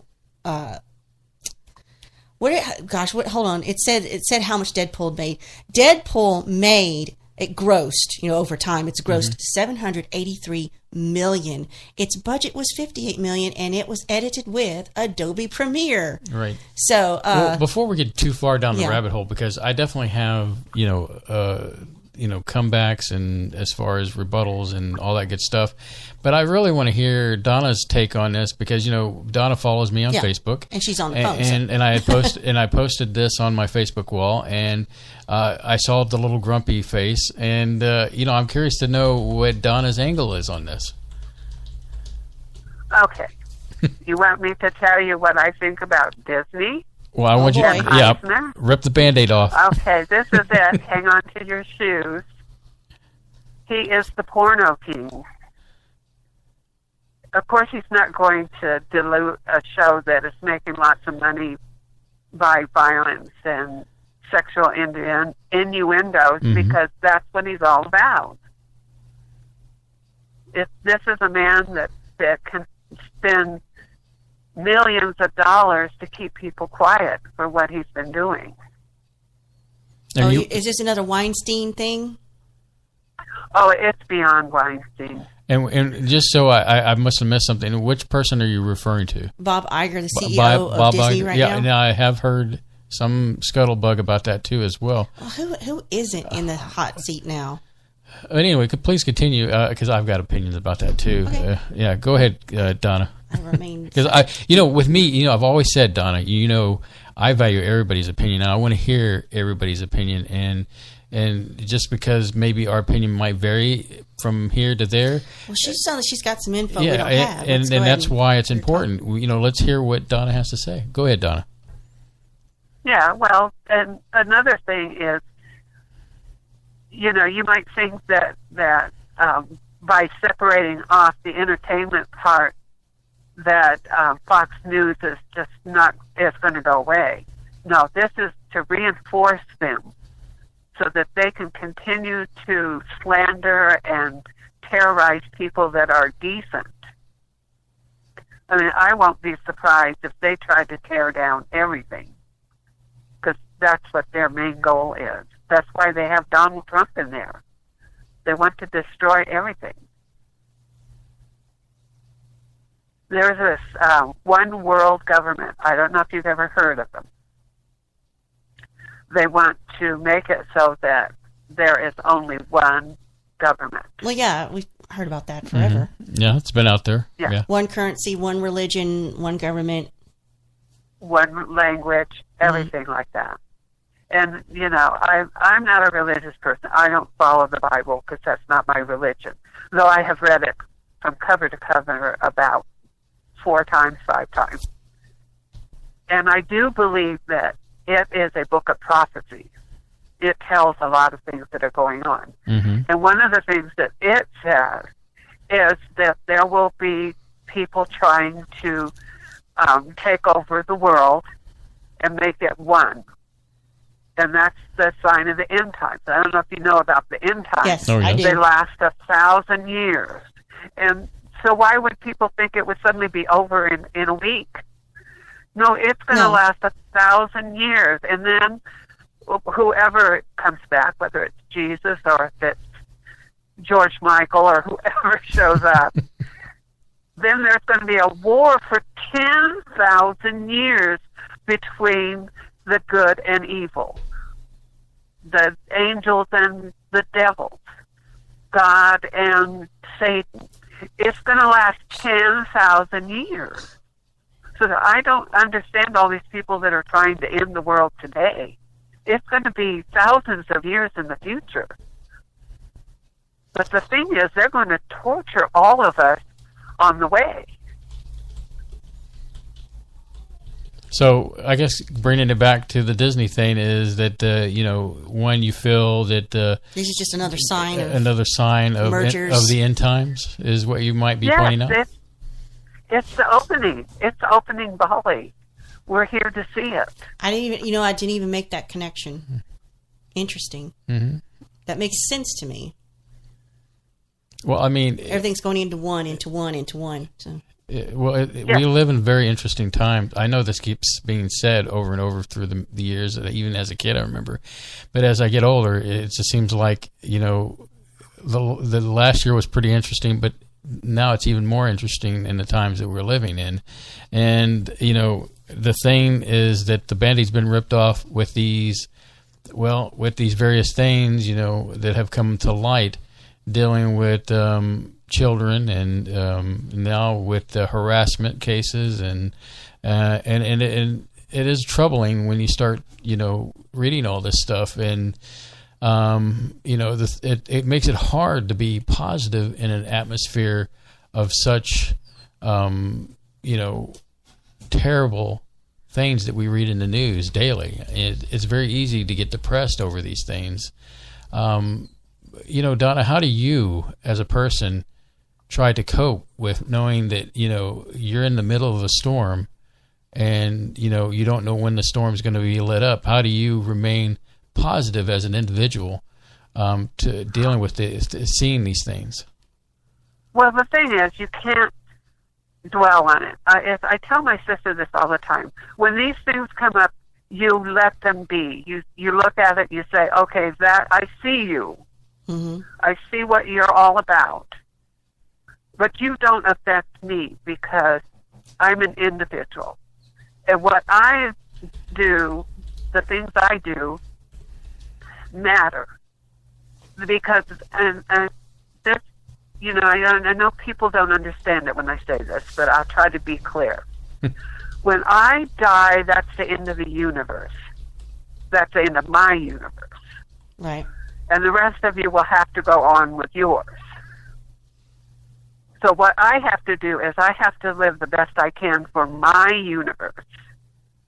And in my universe, I don't give them power. I do not allow them to do hateful things anymore. Mm-hmm. And it makes me sad when I see it, yes. And I mourn for all these people that have been, their lives have been destroyed by fire, by storms, by earthquakes, and by people that do mass murders. But I also cry for the people that it's just one person. They're in a car accident and they die. Mm-hmm. They walk out of their front door and drop dead. I feel sorry for them, but I can't be sad all the time. So what I do is that I just have to go on and live my life the best way I can, which is give love and light everywhere and hug people when they need it, because that's what's going to get us through all this. And if you have good faith, regardless of whether it's based on Christianity, Buddhism, being a Muslim, it doesn't matter. The thing is, keep your faith, because if you keep your faith, you can turn the tide. We saw evidence. We saw evidence of what you're saying, Donna, here in Houston, right during and after Harvey, where people just, like you said, they, out of love and caring for their fellow man, they just rolled up their sleeves and they got busy. No one told them to do. There was no mandate. There was no suggestion. There was no plan. Everybody just said, okay, as a community, let's come together and fix it. And even out of that positivity, you had certain news organizations here that tried to spin this. Stir up stink. And the reality is, and we weren't having it. We weren't buying it. I we mean, were not having it here. There were Historians here that saw right Big through. News names. Yeah, saw right through it and gave them a piece of our mind of we're not buying it. You're not going to pull the. They tried to do race stuff, and it just didn't happen. You're absolutely right, Donna, and I couldn't agree with you more in the sense that it's difficult to be in a position to. I guess it shouldn't be difficult to show love, to put your best foot forward. It's difficult when your fellow man does something crappy, especially to you. But at the same time, I feel like, no matter what a person does to you, I feel like you should be the better person. I know Surlana just rolls her eyes when I say this, because there are people out there that just are pure evil, and it's it almost makes you feel like you clench your fist and you want to draw back and you want to hit that person. But I guess you can't fight negativity with more negativity. No. It just makes even more negativity. Yeah, it's so- just very hard to either be passive or put the love out there. Like there's our neighbors. I want to do bad things to them. You know? But at the end of the day, Don, I and think that's okay. Yeah. You know, it's okay to feel that. But I don't actually do that- it because I don't want to go to you're- jail. Right, but it's okay to feel it. Because if you don't feel it, you will act out. That's the problem with all these nasty, mean, hateful people that kill other people and do all these things. They act on it. have suppressed it so long that it's like a volcanic explosion. I used to say it's like they throw up on everybody. They can't control it after a while. absolutely right. I mean, it's clear when, in this day and age in social media, we see brothers and sisters fighting each other over things that, can't we go back to a time when we could have a civilized conversation, even though we might disagree on certain points? That was another thing we were going to talk about. Yeah, but at separate opinions and things. There were things that we found a lot of common ground on that we could talk about. And that's what I like about doing the show is that, we've talked to many people of different paths on their journey to the ends of their universe, if I can borrow that. The thing is, we've learned a lot. There have been things we may not disagree, but it has brought us closer to knowing more of the picture that we call the universe, and it's been good. It's been fun. It's been enlightening, and that's what I think is, I guess, feels good for us. Yeah, and one of the things that has changed it all is when people start letting words become weapons. Mm-hmm. Because I was always brought up, sticks and stones may break your bones, but words can never hurt you. Mm-hmm. And what they mean by that is that unless you let the words do something to you, they can never touch you because they are just an idea. Mm-hmm. And ideas are good. We all should have ideas. Couldn't agree more with you, Donna. But that's not the world we live in now. And no, but the thing is, what we need to take from Donna is that that even though it's okay to feel, but it's how we take that and make something positive out of it. I mean, it's better to to make something positive out of a very strong. I'm going to borrow a line from Star Trek, from the original series Star Trek. When Kirk tells the Organians, yes, we could kill today, but we tell ourselves not to kill today. We're going to save it for tomorrow. And this is what makes us civilized. Yeah, but the Vulcans didn't buy that. Come on, give Donna the last word on this. Donna, we love you, and we appreciate you calling in.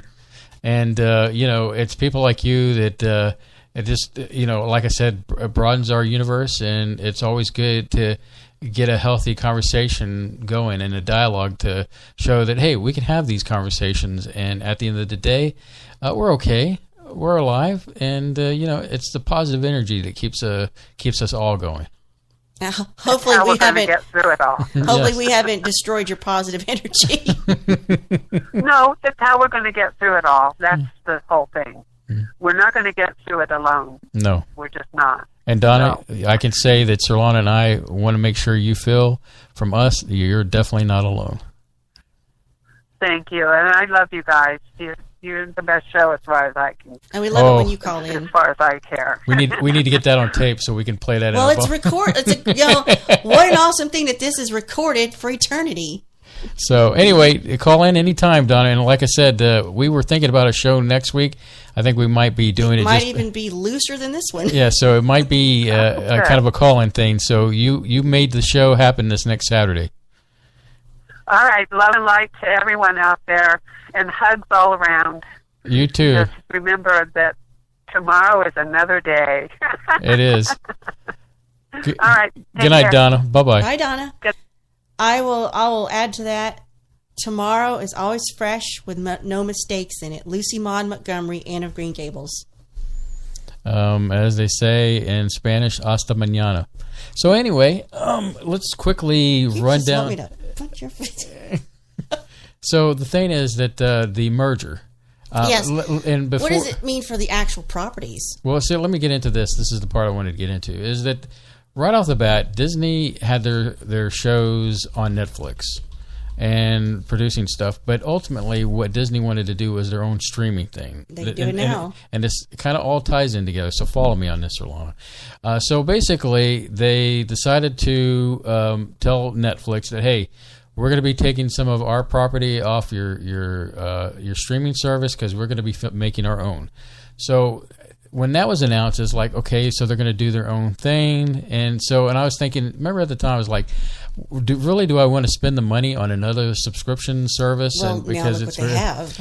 Which brings you to the Fox merger, which means that not only did they have the Disney content that they've been producing, which is Star Wars, which is Marvel, they're acquiring the Fox library of movies. And I didn't think about that. Yeah, so you got the Fox movies, The Simpsons. You've got then you got television, which you got Simpsons, you got Bob's Burgers, then you've got Seth MacFarlane stuff. I know you're thrilled to death. But you're talking his animated stuff. His animated stuff. That's over and done with, isn't it? No, there's still Family Guy out there. Oh. I don't know about American Dad anymore, but but it's still content out there. And then you've got the stuff on FX. Hold on. And then you got the stuff that like the Orville. Now you're talking about Disney will have access to something like this. Where's the Orville broadcasted? It's on Fox. Like the actual network. The network TV, yes. Okay. Then you go into movies, which you have Aliens. You have Alien. Oh, jeez. You've got the Planet of the Apes. You've got. That's massive. It is massive. So, and then you have. You were wondering, okay, are they going to start from scratch? What are they going to do? Well, now they also have Hulu in their pocket now. So that means that they could theoretically take Hulu, revamp it, and turn it into this feels mega... like the dark side now. So, well, I guess, because they do own Star Wars. Do Hulu, though. So, but no, we haven't done Hulu in a while, but, it had some original stuff on there, but, whatever.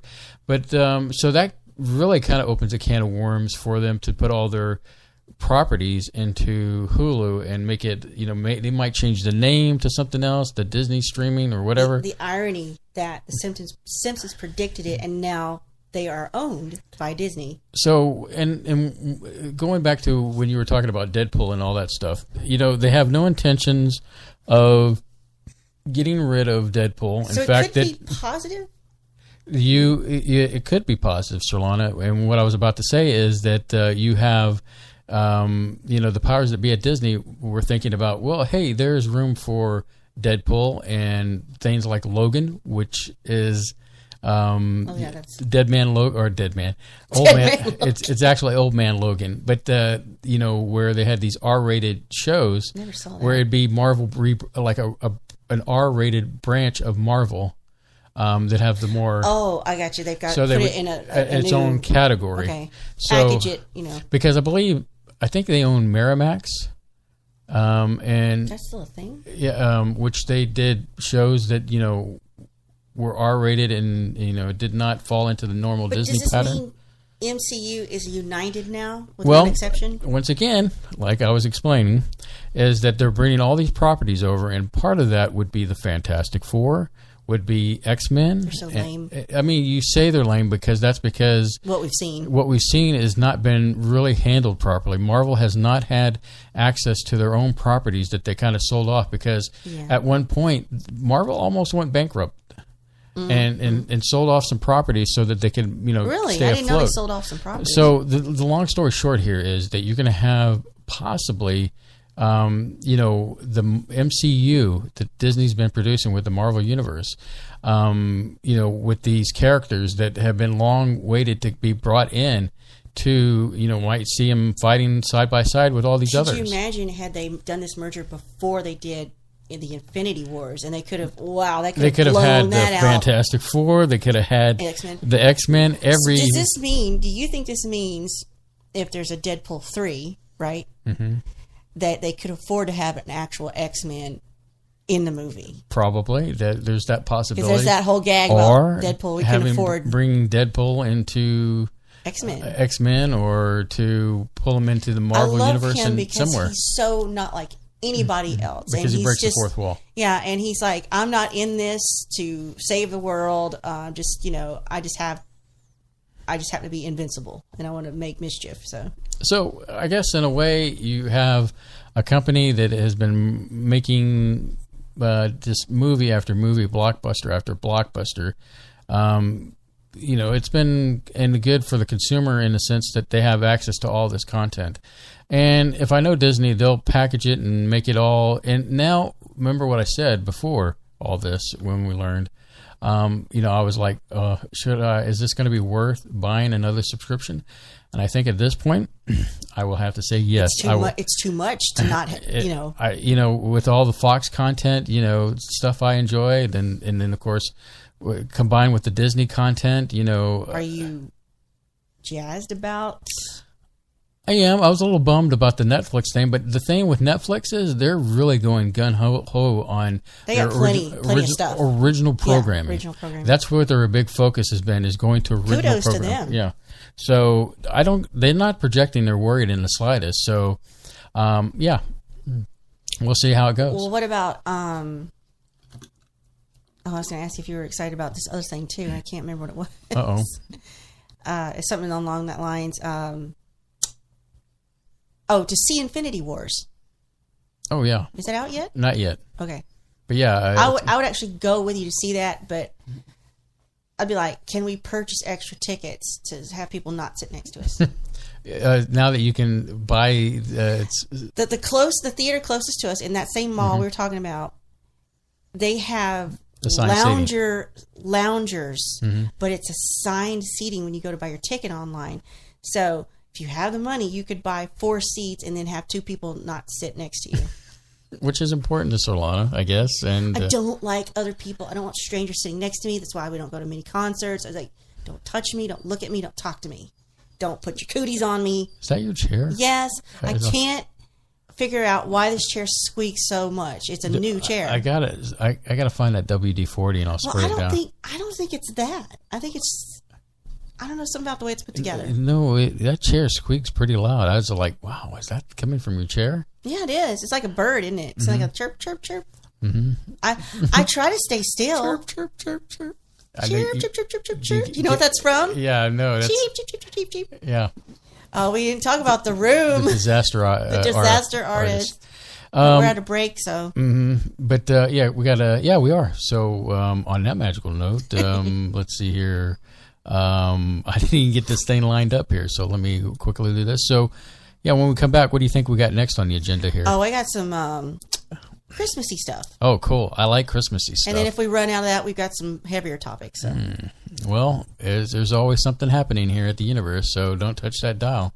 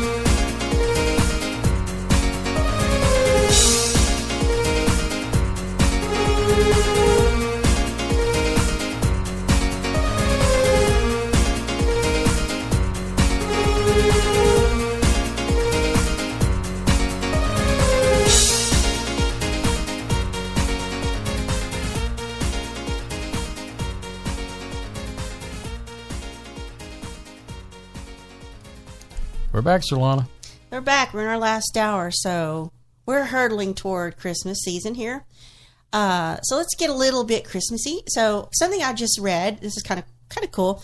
You know, our Library of Congress has a national archive for film, but they've only accept out of the millions and millions of pieces of film out there, they have like 0.056% of it archived. So I think you have to meet a certain standard. It's movies, film, documentaries, and even home movies, which is odd to me. But I imagine if you were making a home movie and something amazing happened in the background and you captured it, it could be, you know, part of the archive. So 2 movies recently just got accepted into the National Archive, and it was The Goonies and the first Die Hard film. And I was like, So I was clicking around on here, and I found, because, you know, I love the Nerdist.com. That's probably our mecca. So I was on the Nerdist.com, and it says, hey, does Die Hard really qualify as a Christmas movie? I was like, what are they talking about? Because it's been 100 years since I've seen any Die Hard movie. So they're saying, what makes a Christmas movie? Well, there's certain things that are obvious, like Miracle on 34th Street, Elf, you know, Christmas Story. Mm-hmm. But I was like, was Die Hard set during the Christmas season? And Space was like, oh, yeah. There's no better movie to watch than, and it's like, well, sure, it takes place during Christmas, and maybe that's you see a lot of the themes in it, but a Christmas movie, right, is something that's like, oh, it's about Christmas, or it's about Grinchy stuff, or maybe it's Bah Humbug, you know, Christmas Carol, where you got somebody who's down and depressed, and something about the holiday reinvigorates their faith or their spirit, or somebody learns something, or they come together in the spirit of the holiday. You know, it's something uplifting and motivating. Die Hard's about killing people and terrorists, isn't it? So I was thinking, how does this embody the Christmas spirit? And because I haven't seen it in 100 years, I was like, Spaceboy, what's this about? Well, first off, I can't believe you haven't seen Die Hard. I think that I have, but it's been so long. But I'm totally on board for rewatching it during the holiday season. Well, you know, it's kind of like, let me start by asking a question before answering those questions. Did you feel that It's a Wonderful Life is a Christmas movie? I'm assuming it must be, because it's shown during that time. But here's the thing. I've never actually seen that movie. I'm not wanting to see that movie. I know it's more of a introspection of what would have happened if this guy had never existed. Mm-hmm. So it doesn't necessarily have to be a Christmas movie. It just seems to be shown during that time. Well, it's become a Christmas cult classic movie in the sense that the original movie, It's a Wonderful Life, was actually released in like the summer.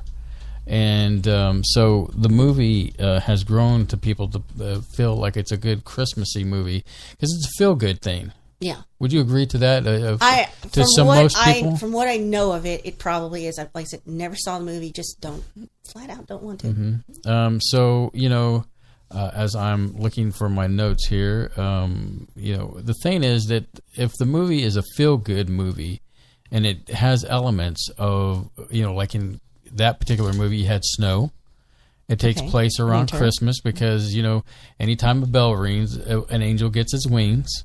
That's a sweet thing to say. It's a sweet thing to say, and, you know, it shows how the average man who put so much into the community. You're going somewhere with this. With hope and everything. By the way, Die Hard came out in 1988. And so that's how when that movie originally came out. Now, the thing is with Die Hard is that, number one, it's about an estranged family where the dad is trying to make it home for the holidays on Christmas Eve. Would I have been 16? So you have a guy that's trying to make it home to his wife Okay. and everything, and so right off the bat, we've seen kind of some roundabout movies where a family member is trying to make it home for Christmas. Home Alone. Yes, Home Alone. The mom's trying to get back. to But it's not about her. Yeah, it's about Kevin. What we get? Go ahead. So anyway, so right off the bat, it starts off with the old fact of trying to get back, like Planes, Trains, and Automobiles, Yeah. or Jingle All the Way. Some of the more interesting, funny, upbeat.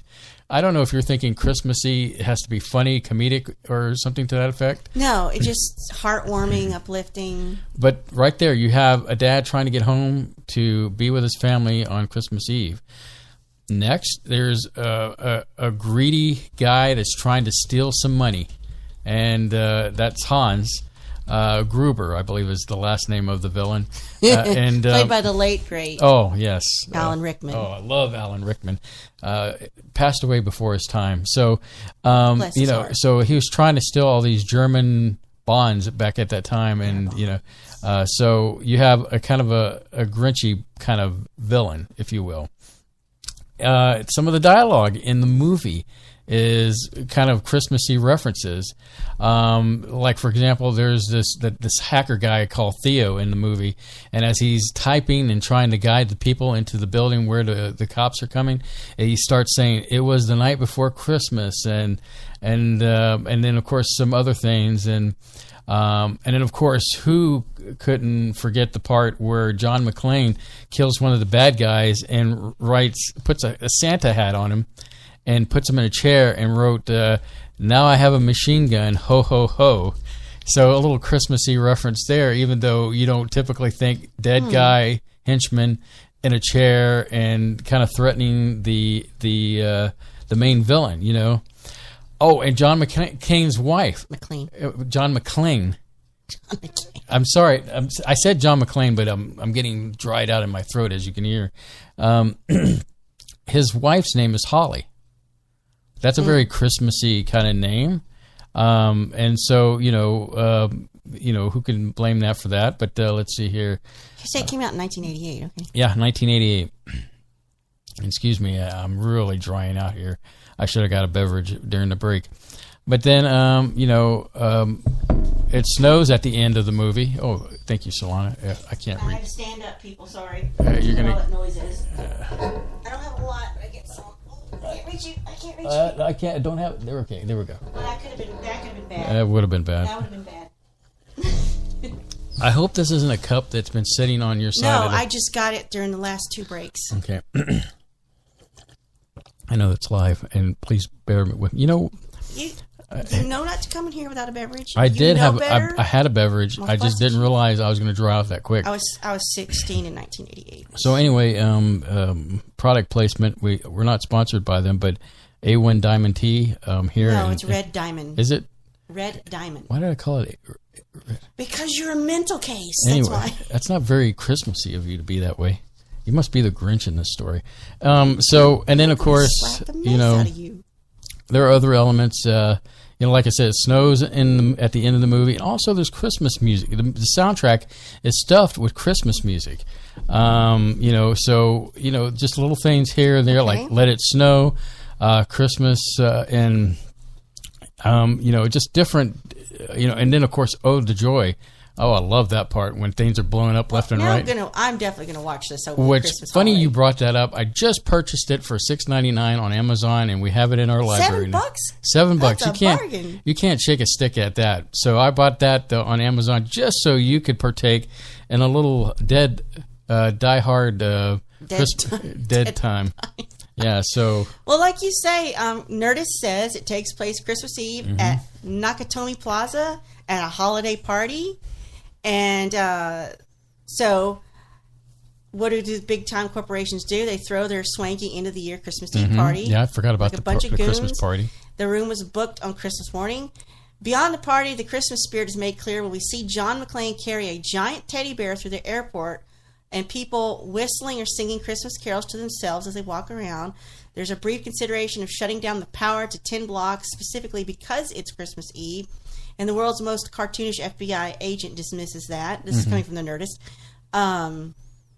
So how much would the story change if they moved it up to New Year's Eve? So that would only require some alterations, cut out the Christmas songs. The big moment when they open the vault is accompanied by Beethoven's Ode to Joy instead of a Christmas song. Even Theo's Merry Christmas, he says at the end, the song could be replaced by Happy New Year. On the other hand, you'd lose that classic line, now I have a machine gun, ho, ho, ho. And the tension between John and Holly wouldn't be quite the same. John and his wife are estranged because their marriage is unclear about their future. And they realize their jobs and money don't mean as much to you as your loved ones. So that's kind of a Christmassy theme when you come to this deeper meaning and realization about your life. Hans Gruber and the other terrorists end up dead. It's safe to say the movie is a big no on killing innocent people for profit. Throw in the themes of redemption and friendship. Right, like Carl Winslow was in it. I know that wasn't his name in the movie, but... In fact, one of the strongest arguments to Die Hard being an honest-to-goodness Christmas movie, despite all the violence and bloodshed, is the redemption and friendship theme. So it's fun to watch around Christmas time. It makes the little details of the setting pop more. It's weird to hear Christmas music outside of its natural time period. If you're turning off Die Hard and you come across it on cable in April, it's still one of the best action movies ever, according to the Nerdist. You can watch Die Hard in the springtime. But it just watching it in December is a crisp 100 plus experience, they say. Right. So has it been accepted as a Christmas movie tradition? The Nerdist says, not only has it become a holiday staple for many, there are plenty who call Die Hard their favorite Christmas movie. No matter where you stand on that designation, you'll definitely come across Die Hard sometime around this time right now. After Thanksgiving, definitely, without fail. Do they still show movies on TV, on network? I don't know. I don't have it anymore. I remember the glorious days of TBS when we had cable before cable became what it is now, where they would actually show old movies. Of course, mostly this was Barbarian and Red Sonja 800 times, but you know what? I enjoyed that. So Die Hard is not really a Christmas movie. I don't think it was ever marketed like that in the beginning. It just takes place during that time. They said they could have rewritten it to take place during the New Year or something else, but it says it embraces the holiday spirit and makes a relevant part of the story, so you can call it a Christmas movie. But after 30 years, it has become a December tradition. It pushes it over that hump. So in 2017, Die Hard qualifies as an official Christmas movie, and as a Nerdist says, yippee-ki-yay and happy holidays. Beep, beep. Beep, beep. Yeah, it's a fun movie, and it's different than the typical Christmas movies you might see, The Grinch, or That Stole Christmas, or Miracle on 34th Street, or any of these typical Elf, comedic. I love Elf. I know you like. Elf. It's definitely that's definitely a Christmas movie. You sit on a throne of lies.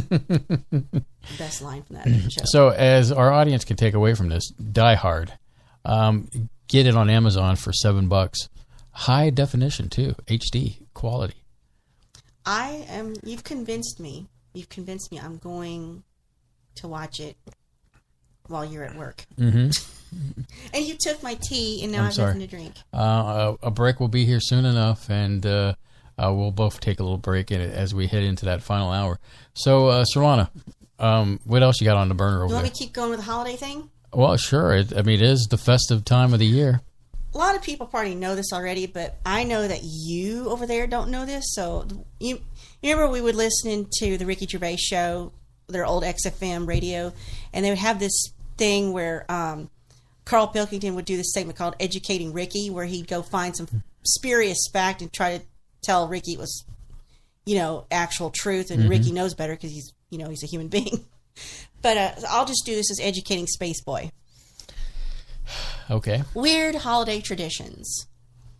And boy, there are a lot of them. And the first one, I learned about this watching bootleg reruns of QI.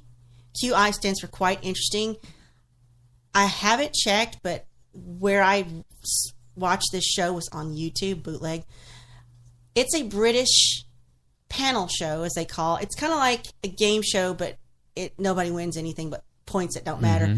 And they have on British comics and comedians and musicians for fun, and they ask them, they say, is this true? You know, here's this fact you've heard your whole life. Is this true? And they said, yeah, that's true, because this, that, and the other. And they said, wrong. You just lose 15 points because you're believing something you've heard your whole life. So on this show, they talk about this strange tradition from, it's a Catalan Christmas. It's from Catalonia. Catalonia is in Spain.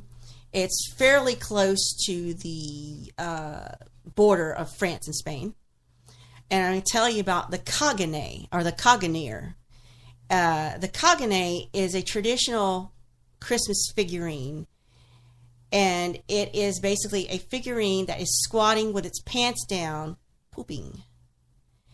And this is where it gets kind of weird, and I'm just like, ugh.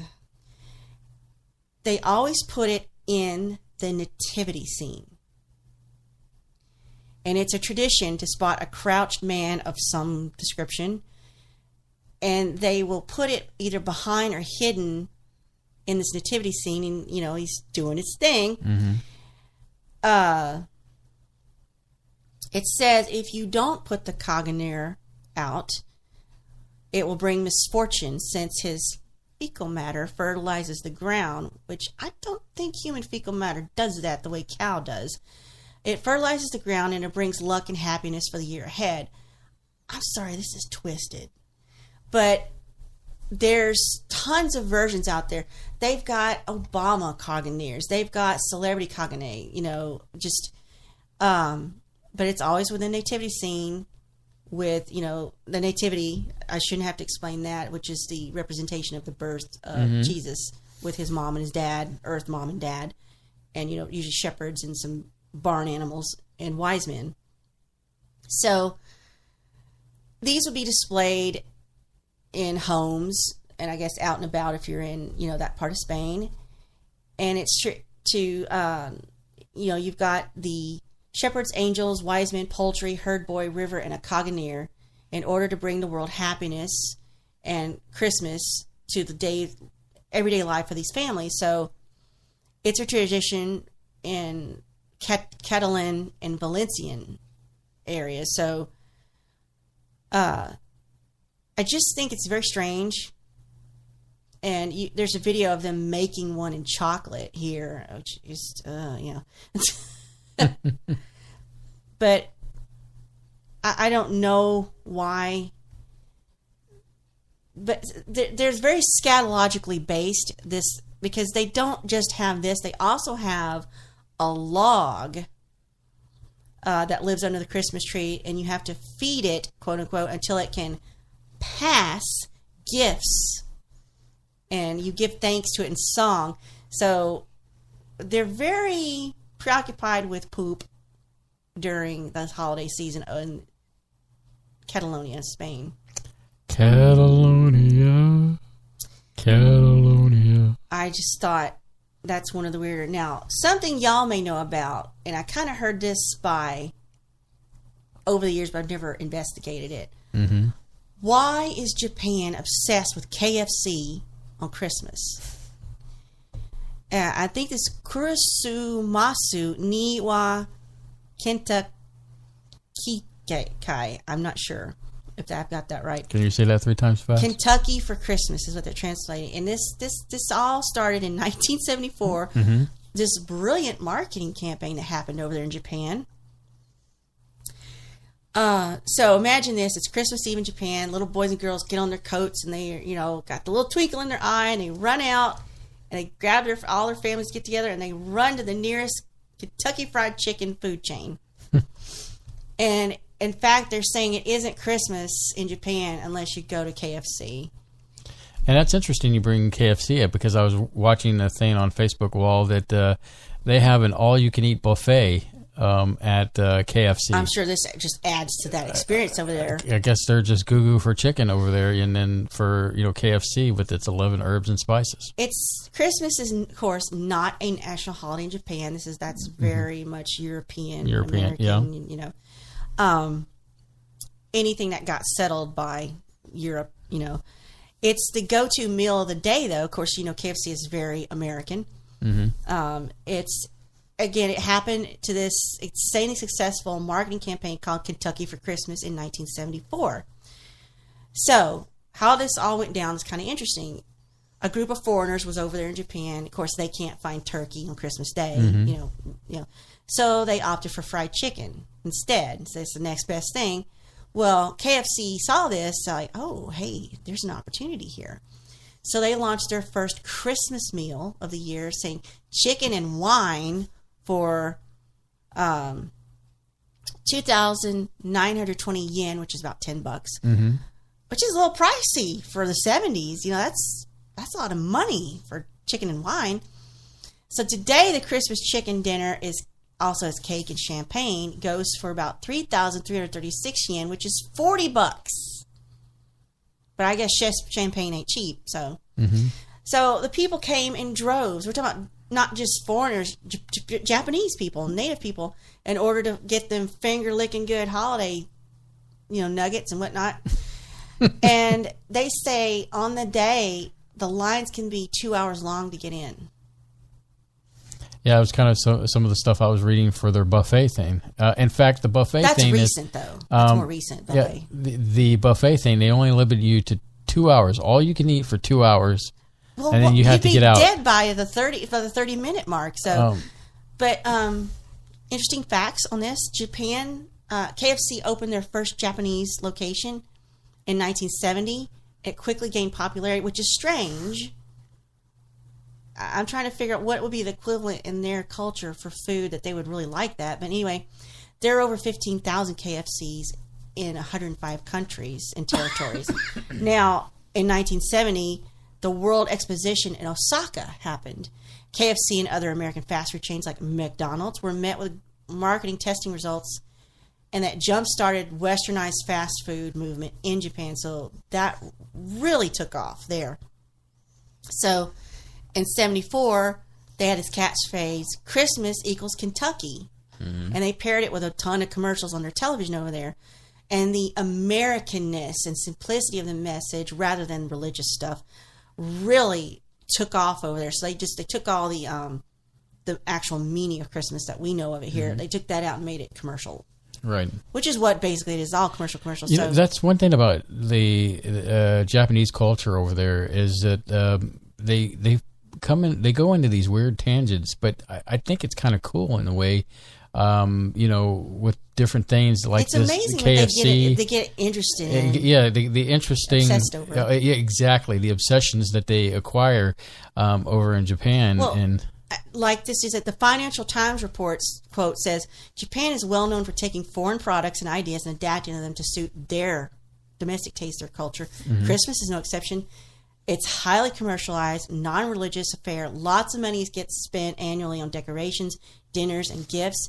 KFC is arguably the biggest contributor, thanks in part to its advertising campaign way back in the 70s. And one of the reasons the campaign lasted so long was that the message is always the same. At Christmas, you eat chicken. Well, over here, it's turkey, ham. So, an executive director said that's all it is. Just go get chicken.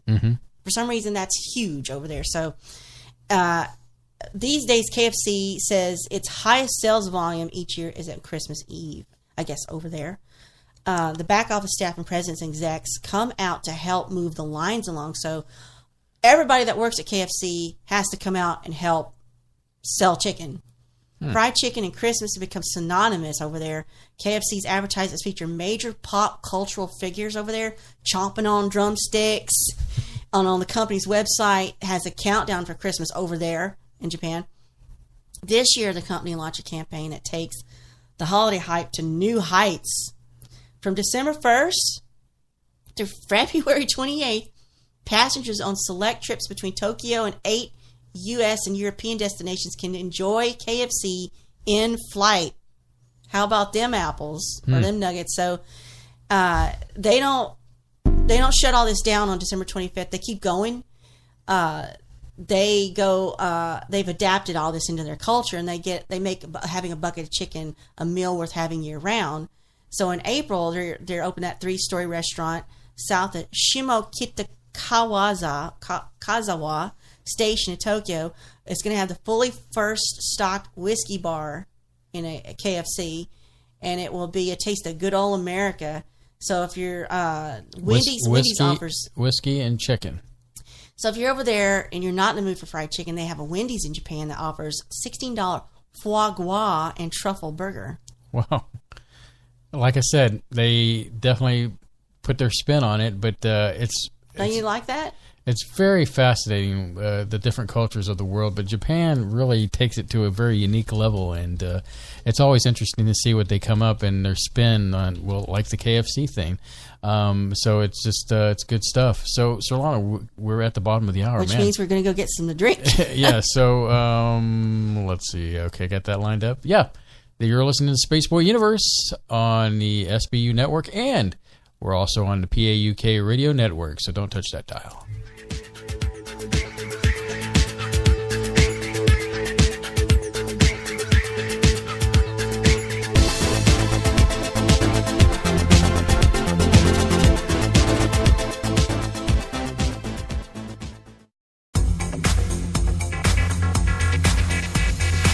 You are listening to Spaceboy Universe on the SBU network. Explore the universe with Spaceboy and Surlana.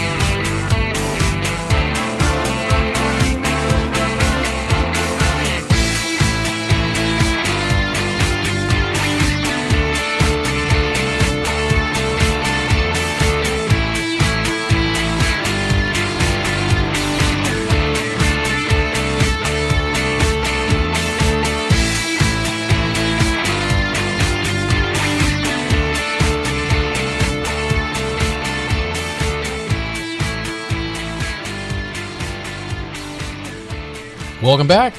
And as always, it wouldn't be an episode without hearing from the lovely Bev. How are you, Bev? Oh, excuse me, doing pretty good. So, can you give us an update on your eye thing? Oh, my right eye's great. I mean, I can actually see out of it. I get my left eye done the day after Christmas. Oh, wow. Yep. But I'm still going to need glasses because I'm nearsighted. Oh, well. But still, I imagine that you made a big jump in vision, right? Yeah. I sure did. Spaceboy and I I wear close my glasses. left eye and I don't see nothing. It's just a bunch of haze. See, my dad has that, too. Yeah, I don't know how I could handle Oh, that. I've got so many floaters. There's times when I yeah. can't read a page because I've got one of them stuck right there. I can't see past it, and I have to just wait. I had a floater that I hate swore that was a bug and freaked the living bejesus out of me. And I mean, I have tons of them. And there's nothing For you can some do about reason, it. everybody has them. I don't know why. It's just garbage in your eye, and there's nothing you can do about it. It's not like, Yeah. no. So what's on your mind, Bev? Well, I wanted to ask you if anybody knows how and why Christmas got abbreviated to Xmas. I can Google it. Okay. I can't believe you're doing this on a live program. Well, she wants the answers. I mean, I would have said, I would have There it given... is. There it is right there. It's the first search result. All right, here we go. You want to know? From Wikipedia. XMAS is a common abbreviation for the word Christmas. It's sometimes pronounced Xmas, but variants of Xmas, which is XTEMASS, originated in handwriting abbreviations typical for pronunciation Christmas. The X comes from the Greek letter chi, which is the first letter of the Greek word, and I can't pronounce all the squiggles. In English is Christ, and the MAS mus is Latin-derived Old English word for Mass, the Catholic Mass. So there's a common misconception that the Xmas stems from secular attempt to remove religion from Christmas, taking Christ on Christmas. But its use dates back to the 16th century, so Xmas is deprecated by some modern style guides, So, in 1948, Vogue's Book of Etiquette states that XMAS should never be used in greeting cards, and the Cambridge Guide to Australian English usage states that the spelling should be considered informal and restricted to context where concision is valued. So, it's an ancient, respectful use of to say Christmas, Xmas in the past, but it never should be used in formal writing. So, the earliest use of Xmas was actually in 1551. So Lord Byron used it in 1811, as did Samuel Taylor Coleridge, Lewis Carroll. So the use of X for Christ. This is where we want to know. The abbreviation of Christmas, XMAS, is the source of disagreement among Christians who observe the holiday. There are always those who loudly say that the abbreviation Xmas is some kind of blasphemy amongst, evangelicals. So the use of Xmas is growing concerns of, because Christmas is getting commercialized and they whack it down to XMAS to try to keep it secular. So the word Christ and its compounds, including Christmas, have been abbreviated in English for at least 1,000 years, long before the modern term XMAS. Christ was often written as X little p or X little t, references to Anglo-Saxon Chronicle far back as 1021. The X and the P arose to the uppercase Greek form. So I'm thinking this just goes way back to the Greek forms of abbreviation. So in popular culture, they use it to pronounce it as an archaic form. So basically what it comes down to is it's been around forever. Ancient history. It's been around forever. It's, I guess, one of those classic things where, modern day has forgotten its actual usage. it means a certain thing. Well, I saw the symbol for Pax Romana during all this, so it's about symbolizing Christmas in a brief way. Yeah. Mm-hmm. So it's not them trying to take Christ out of Christmas. It was in just a abbreviation based on Greek letters. That's it. Does that answer, or does that make it worse? Oh no, it answered it. Yeah, I just always, I could never figure out how it ever came about, and why it was done. Well, thank goodness we have the internet to find this stuff out. Yeah, I personally don't do it. I've never, abbreviated it like that. I don't know why. Well, it comes in handy when you're texting people about Christmas. Yeah, when you're writing the number 4, you. I mean, except when I'm texting you or anybody, as Spaceboy can attest, mine comes out as abstract cave lingo rather than English. And I don't understand when you put that picture of the brown thing with face on it and then head next to it, and you're saying something. Have I ever done that to you? And you're in the entire time we've had smartphones. That means poop head. Yeah, see, I never done that to him. I thought I was ever. Just tying into the poop thing that you were talking earlier. Listen, Bev, as annoyed as I have ever gotten at this man here, I have never called him rude names or derogatory names, because I think that's disrespectful. It's disrespectful to our relationship. It's disrespectful to him as a man, as my husband. And there's never going to be a point where I think less of him like that, because I don't want him to think that I believe less of him in that way. Reality is, she's waiting for my death. Don't fall asleep. So, you kind of heard while we were on break about, and I know this is... You get to hear a lot of things when we're on break if you're on the phone. Hookers. Oh, I've been going. Bev, I was concerned because Bev heard her. No, shush. Bev. Okay, I've been going through this phase lately where I've been listening to music. I've just really been enjoying listening to music. A phase? You've been going through this thing for some time now, where you keep your headphones on and reading stuff. And I try to talk to you, have bonding time with you. But I'm having a good time. Yeah. So you can have a good time with me, talking with me. So anyway, and it frustrates me. Yeah. Anyway, whatever your problems, blah blah blah. See what I'm talking about? She's just waiting for me to die. Anyway, so he comes home from work. And I've been listening to music and reading stuff on my phone. And I like to have my little decompression time, because I get home first. I like to have my little decompression time before he comes home and I start dinner, right? So he comes in and I know he's going to be like, "Oh, notice me." So I'm in the process of pulling out my earbuds from listening to music. And this is what he actually said. He actually said, "I'm surprised you haven't noticed this bag of cookies I brought in the other day." Well, I didn't hear that because I was in the process of pulling out my headphones, and I thought he said, "I'm surprised you haven't noticed this bag of hookers." And for some reason that cracked me up. I cracked myself up. Oh my God. And I said, even if it had been a bag of hookers, if it's a bag of cookies, either way, it's impressive. I didn't notice them. So. Oh my gosh. Yeah, I've been really wrapped up in my own little world lately, so he's been kind of suffering. He's like, "Oh, notice me. I'm like, I'm sitting here 2 feet from you in the same room. Put it this way, Bev. When I get off at 5 o'clock and I'm heading home, I've got this hour, till I get home. Hold on, my turn. Low. And basically, Bev's become our therapist. It's gotten to the point where, when I call her, I say, "Okay, you got 5 seconds to tell me something, or whatever, Bev, listen or to this. I'll disconnect." He wants 35 to 40 minutes of conversation 5 days a week. That's a lot. Plus the stuff I got to do for 2 shows. Look, because when I get home, she's got her earplugs in. And I go to work where nothing interesting happens that I can talk to you about. You come home and you have the most interesting man in the universe. So I've got to come up with 30 to 40 minutes of conversation about you 5 days a week. No, it doesn't necessarily have to be about me, but it's like, I'd like to have... You see how I get frustrated? Bev, come on. If somebody demanded you talk to them...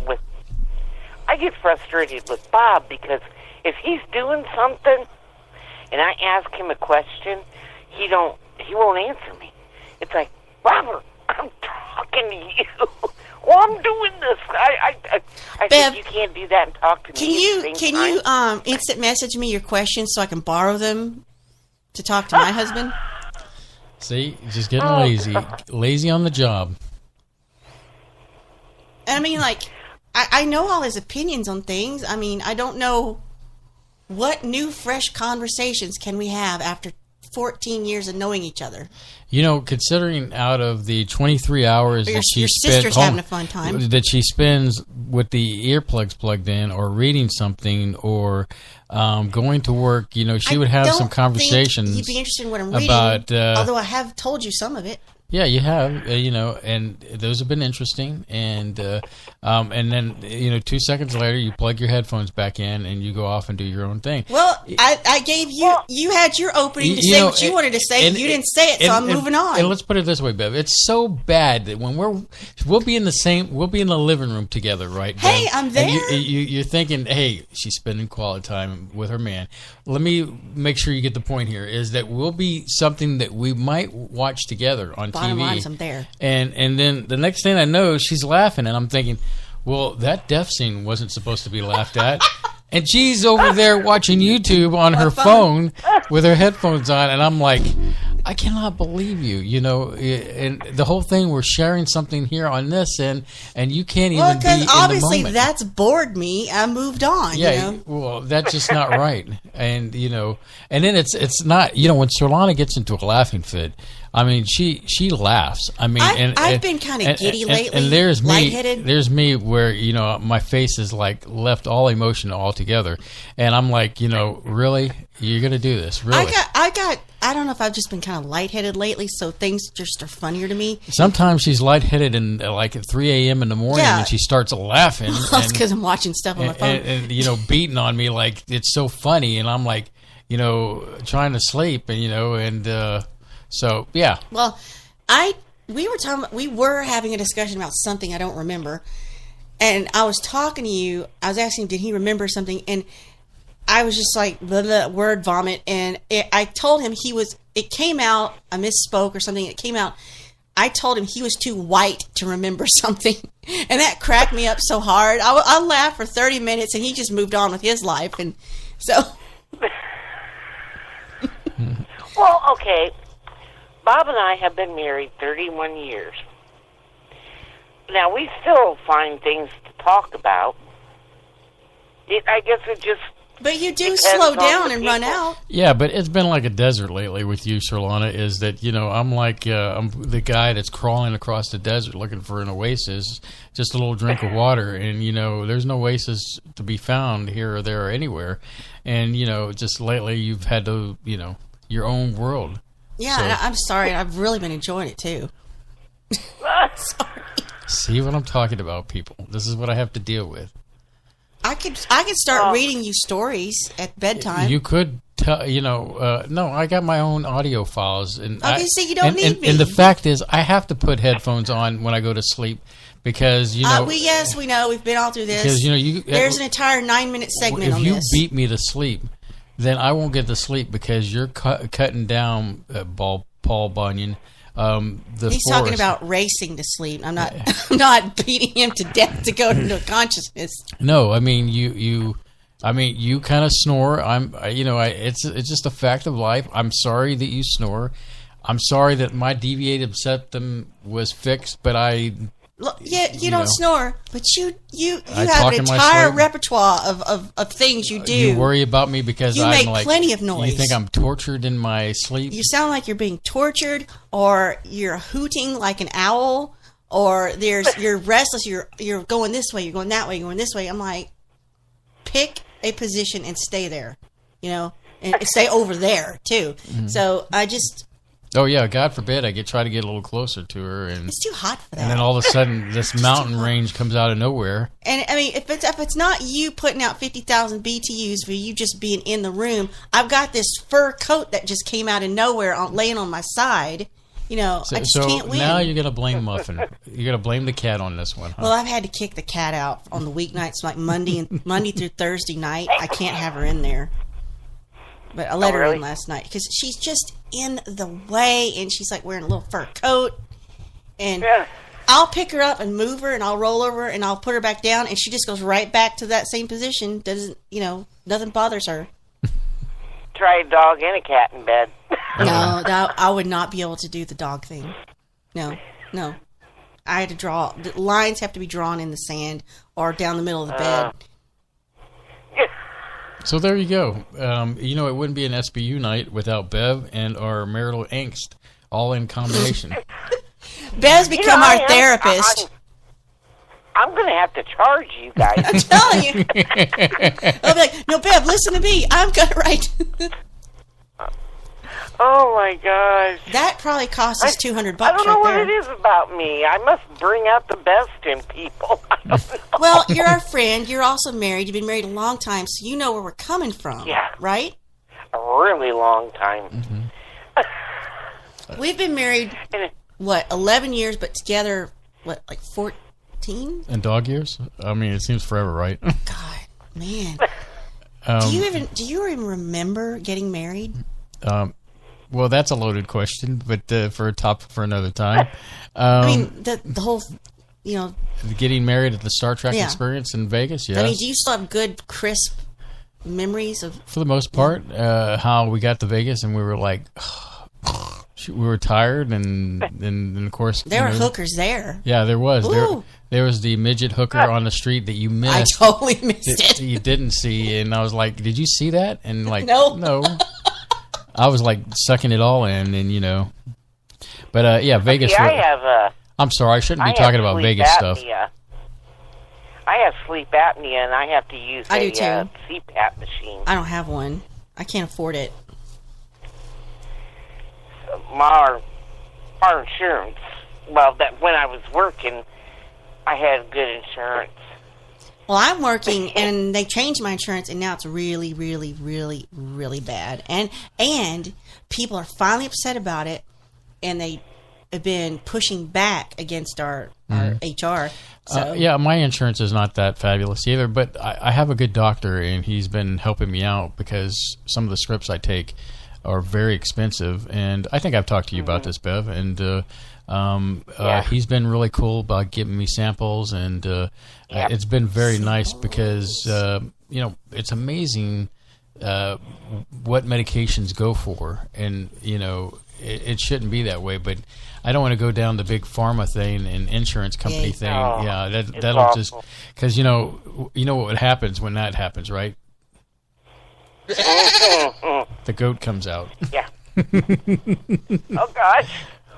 Well, Bev, I was going to say We've drained you for tonight. We've drained you for tonight. We're getting close to the end, so we've got to say a few things. But we love you, Bev, and we're glad that you're making a good recovery. Well, thank you. I love you sound guys good too. Mm-hmm. I just can't wait to get my second eye done. Yeah. And then get my glasses, and then I'll really be able to see. Bob better watch I was out. Gonna you stole my joke. That's the joke I was going to do. That Bev, you'll be you able to cause see. more problems than you solve here. You're gonna be able to see Bob, and I don't know. It might not be. The beer goggles are coming off. The beer goggles are. Well, he doesn't really look any different he doesn't look any different now than when the day we got married, just a few pounds heavier. Well, then you should punch him vigorously for that. That's what I do with my You what? husband. You should punch him vigorously for not aging. So that's what I do with mine. So That's why I got all Well, the I don't know. bruises. People think that I'm younger than him, but I'm 2 years older than he is. I'm younger than Spaceboy, but I look 10 years older than him. Because it's just worn. I mean, all this conversation I have to have, all the research I have to do for it, all the prep work. You keep slapping the back of my head. I'm going to go bald soon enough, and then you'll feel better about me. You like those Jethro slaps? Yeah. All right, Bev. We love you. We love you too. Talk to you soon. Bye-bye. She brings out our angst. I don't think it's Bev. I think No. it's just by the time we get to this part of the show, it's just We're built up. we energy. kind of let loose some energy, and this is kind of who we are as people. We Who we are and what yeah, we do. yeah. This is our shtick. What other show are you going to tune in that has this loving, kind of marital angst, this charisma, this marital bliss that Surlana and I live in? It's just. I was telling you today. I'm like, did I tell you today? I'm like, yeah, I'm really liking you today. Yeah, it's like, well, thank you. I really appreciate that. Having a good day. Well, first off, I was worried because you were rubbing my back at the Chinese I was restaurant, just rubbing his back, and I'm like thinking. And then you said that, and I'm like, are you saying that, or are you just wiping your hands off on my back, and I'm going to find, sauce on my back? I had just used my good smelling hand sanitizer, so I was like clean. And then I said, are you just trying to put that stuff on me so that I smell better, or? It was called Make S'mores, Not War. The scent I was using from. Yeah. Although when I used my thing earlier today, it's that Nicole. Yes, I got you your own more masculine hand sanitizer scent. It's called something noir. Yeah. Male noir, something like that, noir. And it smells so good. I think that's kind of why I was all over you in the parking lot.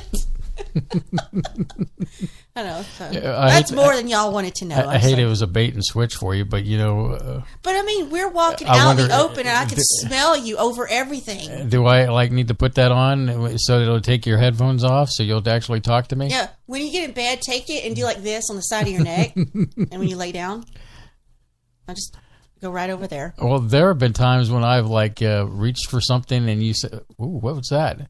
And I said, "It's just my deodorant, dear." But yeah, I don't know what deodorant scent you pick out, but it's pretty good. So it's actually like having a parade every time you lift your arms.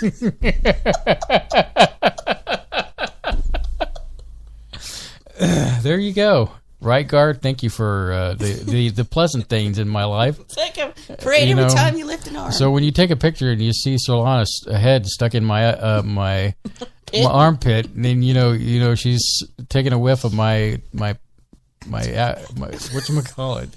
Well, you shouldn't laugh yourself into a fit there. Well, you only got 3 minutes. No. So Surlana, as we wrap up the show here, it's making me giggle. Next week, we are going to have a kind of a call-in show. We might do Spaceboy music / let's call-in. do that. And then that way we can hang out with the Space Cadets, And if we only get 3 callers, we're going to start talking about each Space Cadet individually. Mm-hmm. I don't know if you're going to like it or not.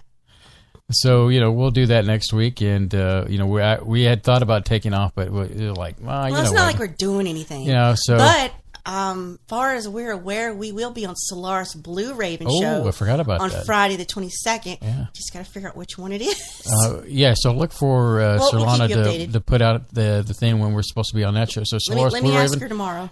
We're big fans of Solaris Blue Raven. We feel blessed that she's bringing going us to interview us. Yeah, we'll probably switch the tables on her and do some interviewing with her that night too.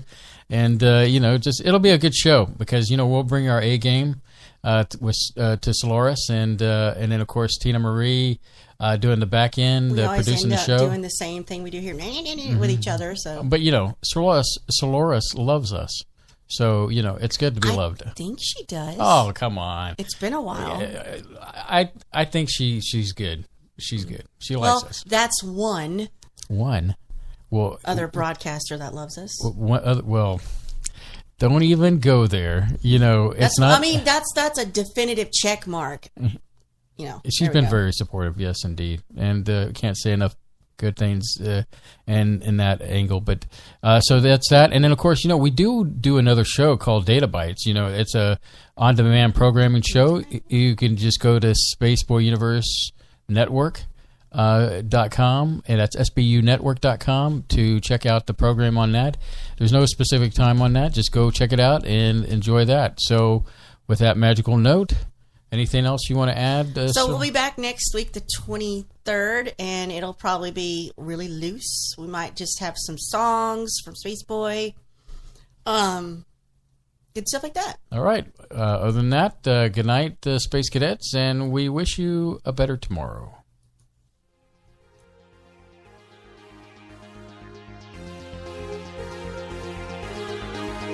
Yeah.